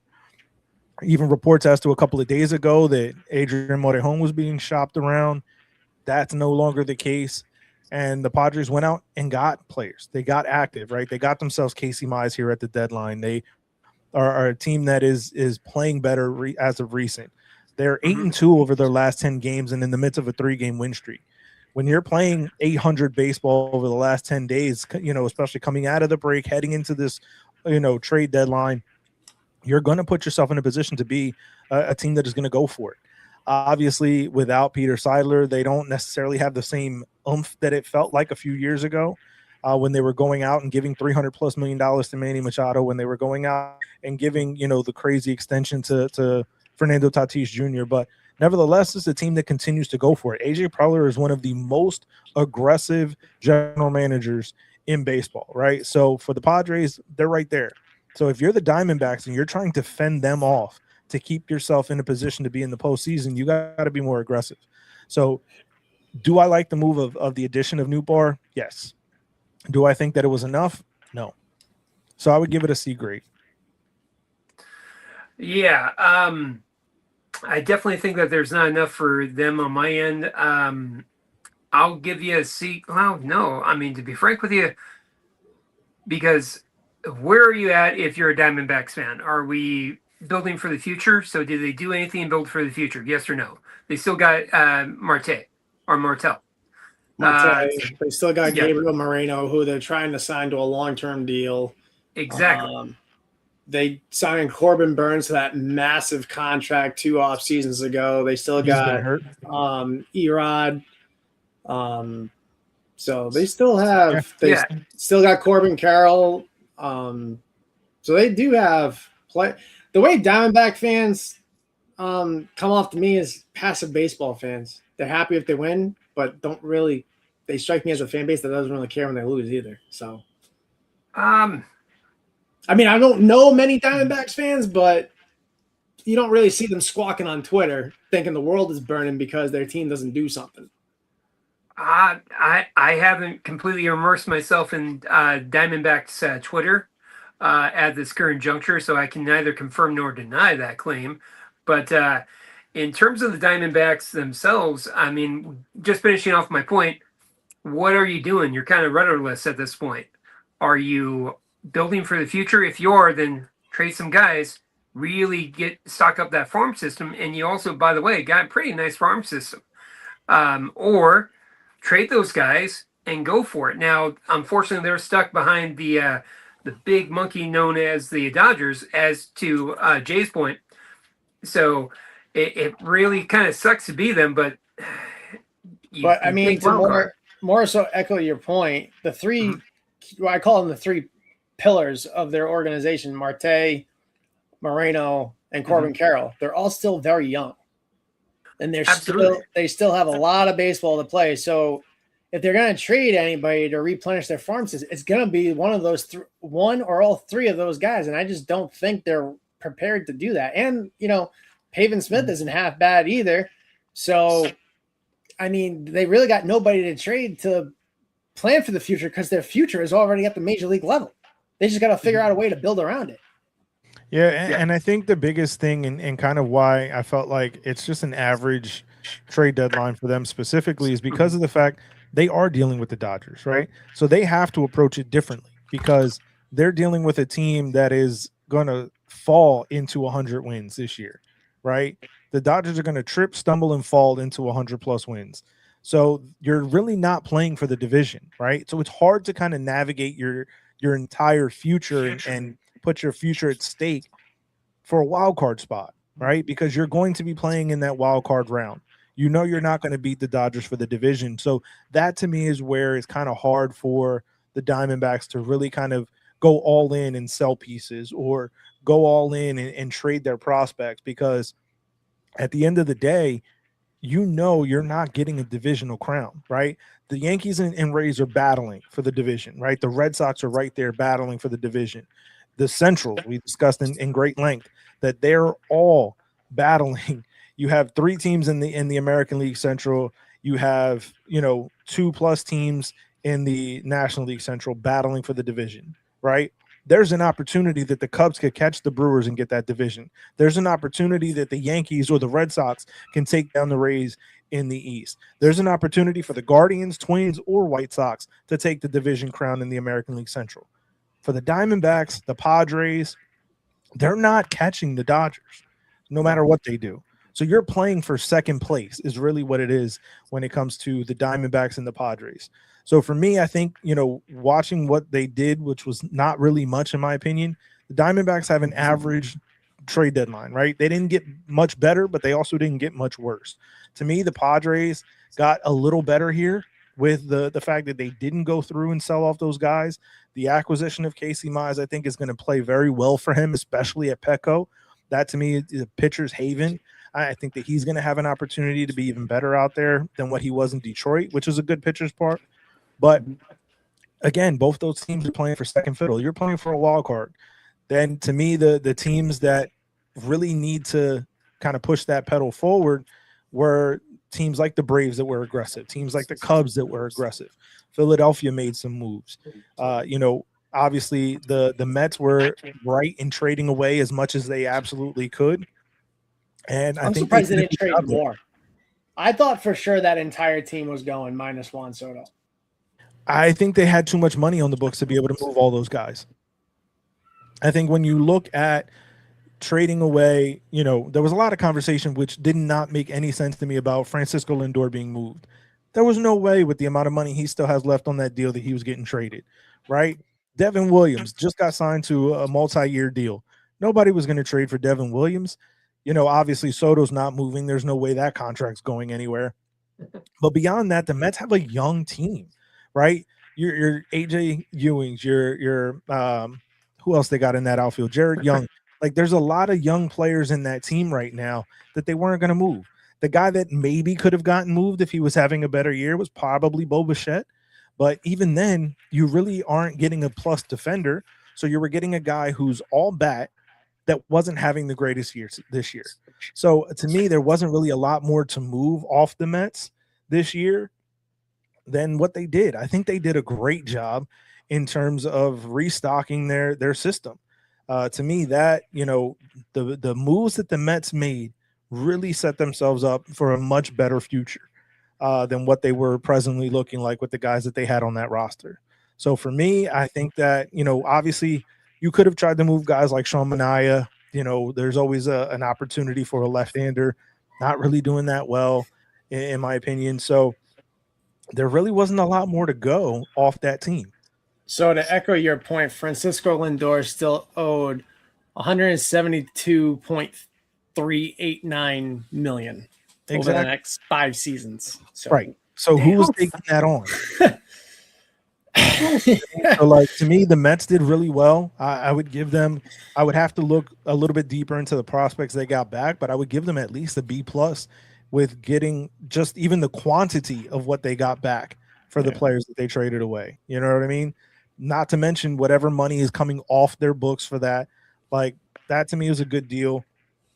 When you look at, the Cardinals to me were kind of a little bit of a surprise. I felt like they probably could have gotten rid of more, and I think the guys echoed that earlier on in the show. Miami to me is a little bit confusing because I don't think that they got rid of enough if they were going to sell, and they didn't add enough if they were going to add. So especially in that division, obviously there's the Braves have been a very good team this year. The Phillies have clawed back from obscurity at the beginning of the year ever since Donnie Baseball took over as the manager. Probably the best thing that ever happened for them. Oh yeah, but one of the best teams in baseball in that time frame. So no doubt about it. I think that there was opportunities there for the Marlins to kind of make some waves. They're only a game and a half out of a wild card spot, right? A game and a half behind Philadelphia. So the Marlins really could have done more. Pittsburgh was pretty active and aggressive. I thought that they probably could have tried to get a little bit more offense on their books this trade deadline.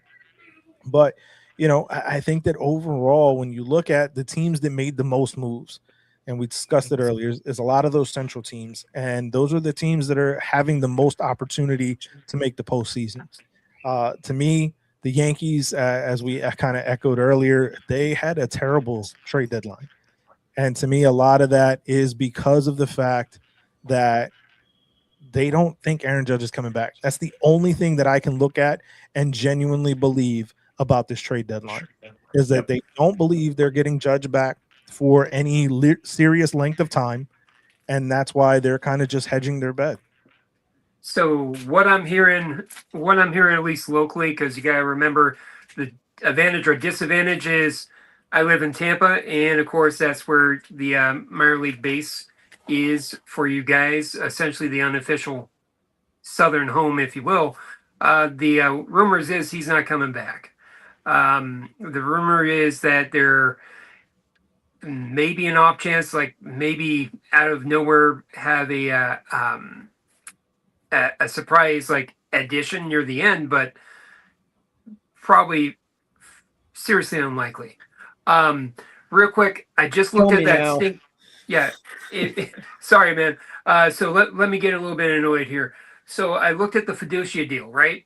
The one-off. Okay, the Rays got Hicks, so now Hunter Fiducia, who's a left-hander, if you will, better catcher than Hicks, straight up, but Hicks has the bat. So Hunter Fiducia goes back to the Dodgers. The Dodgers trade in return. Oh, and we also send Jake Kazmats back to the Dodgers. He's actually a really good arm. He's in the single-A advance as a 23-year-old, but he is a serious arm. He's probably going to be someone who could help out the Dodgers. Maybe not this year, but definitely next year if we're not locked out. 2 years, absolutely. So this was not a, hey, we're just, yeah, okay, great, make a deal and make a deal. Old friends, Andrew Friedman with his Rays. No, he actually got a decent arm, better than decent arm. And Fiducia, who, by the way, is a good catcher. So I'm not happy about this deal. So that C that I had just went down a little bit. Thank you very much, Freddie Peralta. So we got Kazmats. We sent Kazmats and Fiducia for Jack Sawinski, which I don't know if you remember. I said the Rays have a surplus of outfielders. We don't need anybody else. Durham doesn't need another guy. We'll take a few. Okay, well, go ahead. You know what? We'll do it, but it'll cost you a Lombard Jr. Yeah. Choke on you know what. Oh, no, I don't mind. Don't worry. Wait, no, you're good. But no, all jokes aside, yeah, I'm a little bit pissed off now. International pool money is going the Rays' way, so that's always great too. You don't sign anybody from outside the United States anyway. So what do you care? I'm sorry. Do you not remember Yossi Shishugo? Yeah, he worked out really well. Hey, he worked out well for a half a season for the Pirates. He was unfortunately caught up in the COVID thing. I think kind of screwed him over a little bit. Guy hit a beach ball. I mean, Or he made Major it to League the playoff pitching. roster. He was part of that team that beat you guys in 2020. Oh, you mean that junior varsity short season you brag about so much? I'm not bragging. You guys had a chance to win the junior varsity season, did you? That's what I thought. You guys put as much effort as we did. So just saying, we came on the higher end. But we ended up losing in the grand scale, so it doesn't matter. So now we're just playing over who got closer on second base on your prom date. I mean, what are we doing here? So, but moving forward, getting back to it. So, yeah, Jack Sawinski, okay, don't know why we got that. And we sent off, international bonus pools. The Rays do really well in Venezuela and in Dom Rep. And they also do Oh yeah, make they solid. do really well in the Dominican. Yeah, we do. Wouldn't Guys really like be proud of that one, Ro. Alex Colome, Junior Caminero. Granted, You know he's what not. I'm getting at. That might mean something to you, buddy, but it doesn't mean to me. I'm living up here. You're living down here, like down here. This is No, where you're bro. living. You're killing me, Smalls. Oh man, so You're welcome. so it's been an eventful show, to say the least, no doubt about it. So obviously there's been a lot of conversation throughout the course of the show on all the different deals that have happened prior to and obviously today on trade deadline day. As we kind of close out here, there is one team that continues to astound me that they didn't do more, and that's the Angels, right? There's obviously they made some moves, but there was a lot of guys that they could have also moved that they did not. When you think about the potential for moving a Zach Neto, the potential for moving a Reed Detmers, and these guys did not go anywhere, right? That to me is one of the more curious things for the Angels to finally be in a position where they actually have agreed to sell, right? And Artie Moreno never wants to sell, right? John Mozeliak has finally gotten and convinced him, you got to move pieces to be able to really rebuild this team. But you're talking about a guy like Reed Detmer, who's not going to be there when the Angels potentially are finally good again after Artie Moreno sells the team. Zach Neto, Nolan Schanuel, Josh Lowe, Jorge Soler was a name that was thrown out there quite a bit that could have gotten moved. And obviously the big name that likely will never move, even though he probably should have, in Mike Trout. So to me, there's just another team that, while they may not get the same failing grade the Yankees got this deadline, they're right there with them because they should have moved more. They should have, but one, the contending teams got what I think better starting pitchers. I mean, it's not Reed Detmers' fault. His numbers are not that spectacular because better than Peralta playing behind him. But when you're trying to sell and you're trying to get like these ridiculous return packages, it scares other teams off because it's one-sided. Like, you know what I mean? Like if you're gonna sell, and you want these big returns, you gotta, like the same way if you're selling or when you're buying, you gotta give up something to get something. You can't just send one guy for a ton of prospects from team B over here. So I mean, it's kind of like they shot themselves in the foot a little bit. If you really want to get rid of these pieces, you're either gonna have to give up the player that somebody wants plus something else, or take a discount on what you got coming back. So that's the only two ways this works. Yeah, no doubt.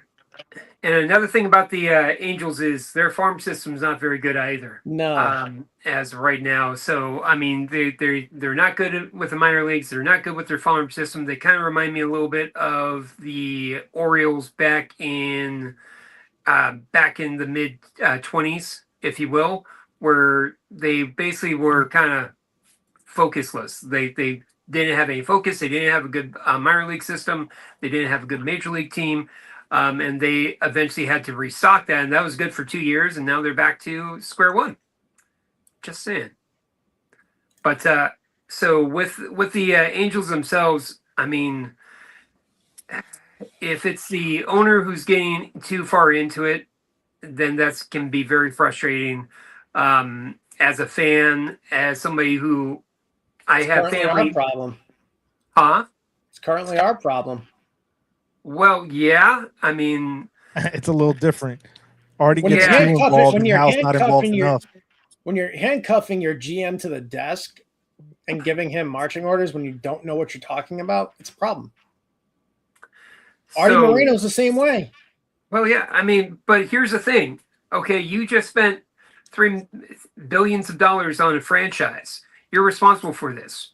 I mean, most of these guys were people of industry before they became Hal owners. inherited it. His dad bought it for $10 million back in 1975.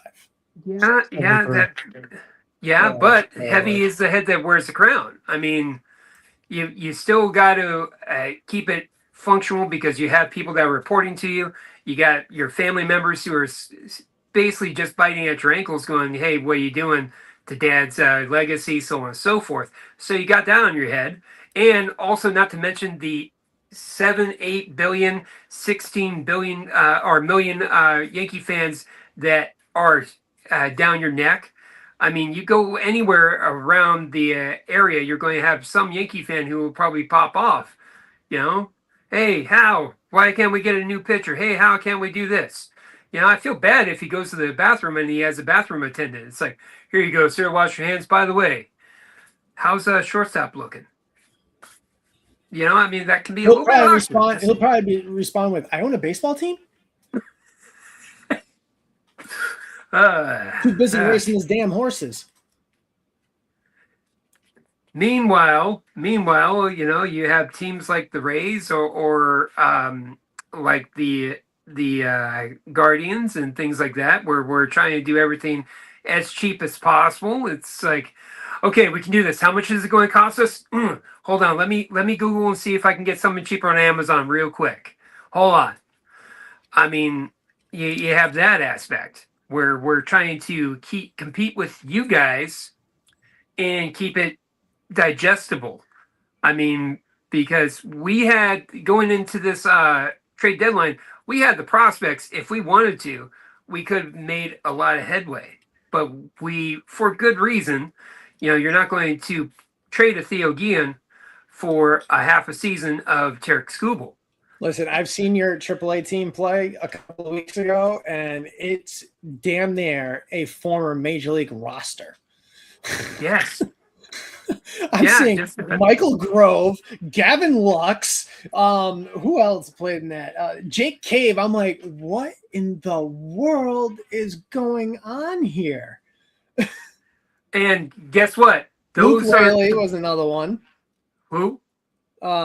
Jake Fraley. Sorry. Oh, yeah. Well, he was like, on.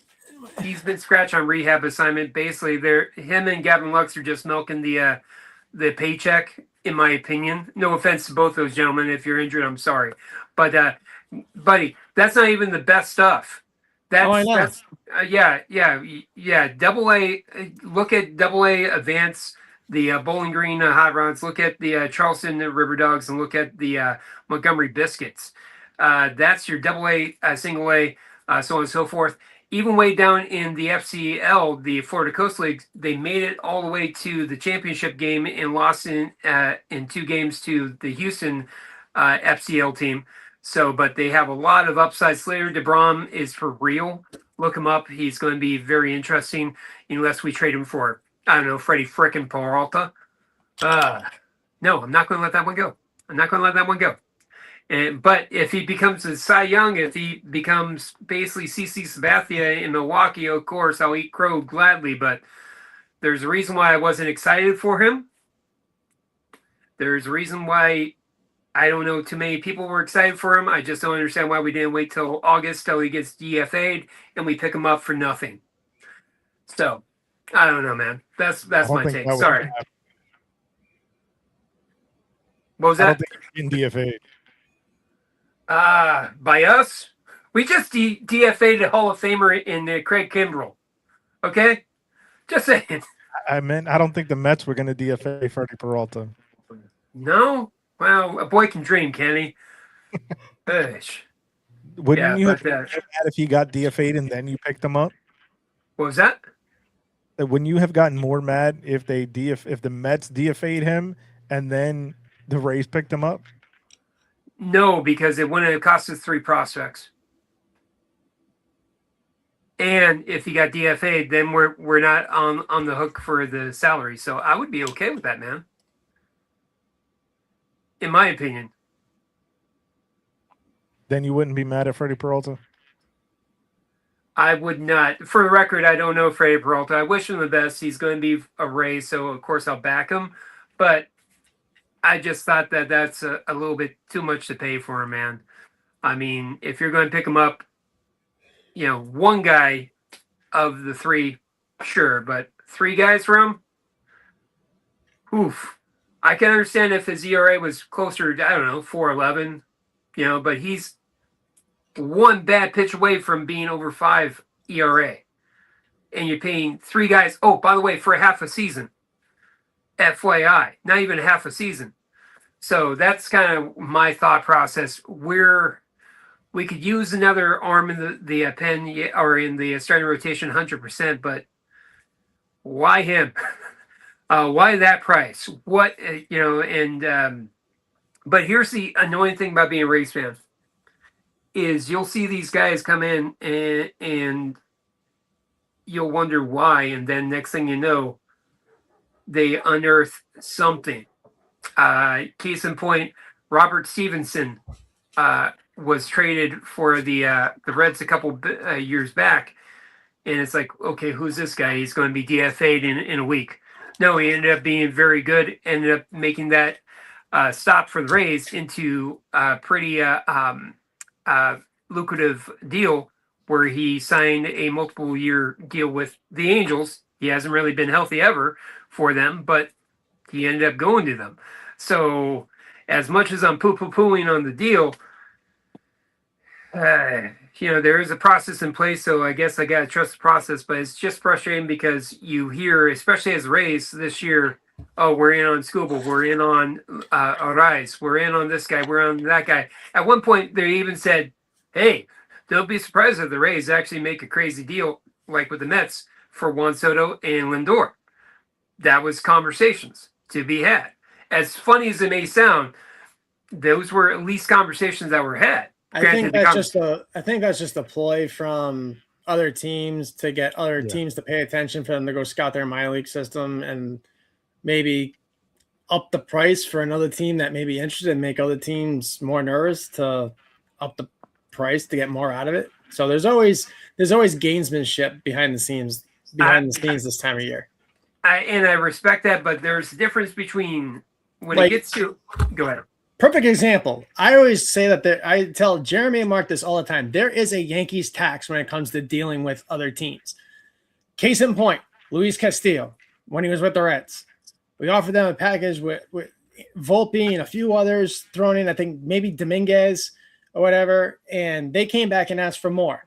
They went and then took a discounted deal from Seattle that included Novelli Marte and a few others. And then there was a similar situation a couple of years after that or before that. We were trying to get somebody from another team, and they wanted it was the Garrett Cole deal. They wanted Clint Frazier, Dellin Betances, and Miguel Andujar. And we said, kick rocks. They turn around and go to Houston and get Wandy Rodriguez and a box of baseballs for Garrett Cole. So, but here's the thing. FYI, in retrospect, wouldn't you make that deal for Garrett Cole? In a million years. I remember when we wanted Johan Santana from the Minnesota Twins. Minnesota Twins wanted Melky Cabrera, Phil Hughes, and I forget, and Phil Koch. Yankees said, no, thank you. Oh, no, Jobber Chamberlain was the other one, not Phil Koch. Jobber Chamberlain. Yeah. They wanted Chamberlain, Hughes, and Cabrera. We said no. But here's the thing. Phil Hughes was a key part of the 2009 World Series championship, so can't really fault him on that one. Java was good for a couple of years catching lightning in a bottle, so they ultimately ruined him. And then Cabrera was solid-ish, and then felt the need to do steroids after he left. So thank you, Robinson. He was so good, we traded him to Atlanta for Javier Vasquez again. Oh, don't get me started on Vasquez. So, but here's the thing. In retrospect, if we were to grade that deal retrospect, you're probably better off not doing that because Santana ended up kind of losing a little bit of his moxie, if you will. Yeah, So but thinking about that Yankees team back then, if we had Johan Santana, we'd probably win 2 or 3 championships after the fact. especially with A-Rod's health regimen that he was going on during that time period, no doubt. I'm all for it. Bring it back. They might have to. Listen, If we're locked out if in it'll 27, they keep might Judge have to. healthy, bring it back. No. I know like you wouldn't want this. that, Rome. Yeah. Well, that- HGH is totally different than anabolic steroids. Yeah. Yes. I'm familiar with that, but no. In terms of that's the thing about the trade deadlines, which is always interesting, and one of my favorite things to do when I'm sitting idly, waiting for laundry, is I'll look back at some of these deals that we made from the race perspective. It's like, was that worth it? Like, if you go back, for case in point, the Rays traded James Shields, Wade Davis, and Elliott Johnson for Will Myers. Essentially, was the deal. Jake Odorizzi, and a kid named Kevin Padlo. So when we take a look at that deal, no, that's not a good deal for the Rays. In retrospect, by the time you're thinking James Shields was in his last year of the contract, Wade Davis was a fledgling 5th starter, couldn't really find it. We were kind of flirting with him in the bullpen, and Elliott Johnson was basically a bench guy. Back then in 2015, you guys weren't in a playoff hunt either. Kansas City was. So no, we were trying to resculpt at that time period. We were trying to resculpt because you got to remember we were doing addition by subtraction. That was our deal. During 2015, we were also hit hard with the injury bug, and we realized that we needed to get better with the because I think that was the year that we had. That was where we won 67 games, I think, if memory serves me correct. 67 or 72, because we were really hit hard with the injury. Am I right, or am I tripping? I don't know. It's your team, not Taking a mine. look right now. All right. Yeah, but so if it's my team, there you go. No. But my point to this is it was us trying to reshape, and we were bringing in a good bat because we were kind of pitching wasn't our thing or our issue because we had a lot of pitching in the minors. 2015 Rays went 80 and 82. It was 2016 that they went 68 and 94. Yeah, that was fun. That was fun. Ish. But yeah, that was I'd love for y'all to go through and do that again. Huh? I would love for the Rays to go 68 and 94 again. I would love for the Yankees to have a doldrums like they did in the 80s, but unfortunately, neither one of us can get what we want. No, thank you. No, I'm good with that. I'm 100% for it. Bring back. No. Luckily, I was a young kid. I was born in '86. Luckily, I was a small tyke and don't remember much baseball until I was about 7 or 8. So I'm glad I didn't have to live through that agony. But history has been repeating itself since 2010. So yeah, great. I'm sorry. You guys have made it to 2 World Series. You guys have won the division how many times? All right, it's not exactly like in the last 15 years. In the last 8 years, I think we have 2 division titles. Yeah. Okay. And we used to win it every year. Yeah, it's almost like prior to 2018. Well, it's almost like people caught up to you. Now you got to up your game. We just started relying on analytics and AI to tell us what's going to happen rather than watching what's happening right in front of us. Well, hey, I best of luck to you. The problem with the Yankees right now is they're trying to be too much like the Tampa Bay Rays instead of being the New York Yankees. No, they're trying to be like the Billy Bean Oakland Athletics. The Rays did a better job. Well, for the record, the biggest misnomer, and I know Jay's heard me say this time and time again, the Rays are who they are not because they were mimicking the Oakland A's. They were really mimicking the mid 90s Cleveland Indians. They're Yep. really mimicking The John Hart Indians. the Minnesota. Yeah, they're really mimicking the Cleveland Indians, or excuse me, the Minnesota Twins. That's who they were looking for. They're really, and they admired what the Astros were doing. That's why we brought in Jerry Hunsucker, the former GM, to help Andrew Friedman, who, by the way, he wasn't a baseball guy. He was a failed outfielder for Tulane, University of Tulane. He was in Goldman Sachs, okay, selling stocks and things like that. And he happened to be chummy with a guy named Stu Sternberg. And Sternberg says, "Hey, man," and he enjoyed talking baseball to him in his office. And when he acquired the Rays, he's like, "Hey, do you want to help me with this team?" He was all for it. So he took literally a Wall Street guy, okay, and they made it into what they are. If you ever get a chance, read the book, The Extra 2%. Pretty fascinating book, talks about the ins and outs of how the Rays sculpted that 2008 run. And it really was very interesting. So it's actually a really good book. So it's not as good as The Bad Guys Win, one of my favorite baseball books of all time, but it's still pretty good. Well, as we start to bring it down and thank everybody for joining us here on the Baseball Banter Broadcast. Of course, make sure if you haven't already, hit that like and subscribe button. It truly does help us continue to grow this baseball community. And just want to give a shout out to some of our shows here on the Baseball Banter Broadcast and some of our partner channels, as we have a plethora of shows on the channel: the Bronx Muchachos Podcast, Dirt Roads to Bright Lights, Prospects of the Land, the Rays Roundup with Roman Rodriguez, and our new show, the OPS Show, the Opinionated Personality Show. And of course, we're partnered with Scott Plaza earlier, as you saw here on the channel, with Cardinals on My Time, and Hardcore Braves, the podcast with Coach Ken Anderson. So definitely want to give a shout out to those guys as well, as they do some great work, and definitely want to check them out. And check out the Bronx Muchachos tomorrow night, 8:30. Yeah, on the channel. You guys do wonderful stuff at Bronx Muchachos. I love tuning into Prospects of the Land. I touched on it earlier. Do some great stuff, and who can do it better than Coach Ken? I mean, he's great. I mean, he really is. So, but fellas, it's been a charm joining you. Best of luck to your teams. No, not really, because you're Yankee fans. So I hope you guys die like dogs. But I still love you.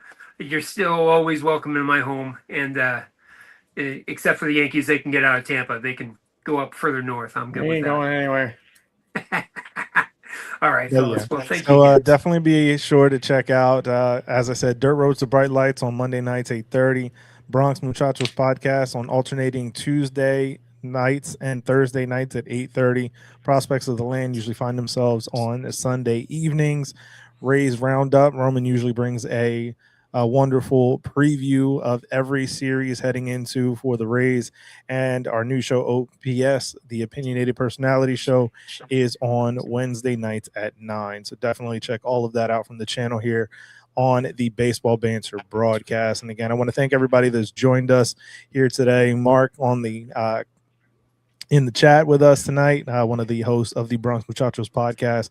And shout out to Aiden and Scott for joining us earlier on. And of course, having Rome and Dave here with me. Guys, I want to thank you once again for joining us. And for everybody that was watching tonight, we definitely appreciate you joining us for this trade deadline special. Let us know your thoughts and feelings down in the comments about what your teams have done. We definitely love to hear those and get back to you guys. So, Rome, Dave, thanks again, and we will catch you guys on a future installment. Peace.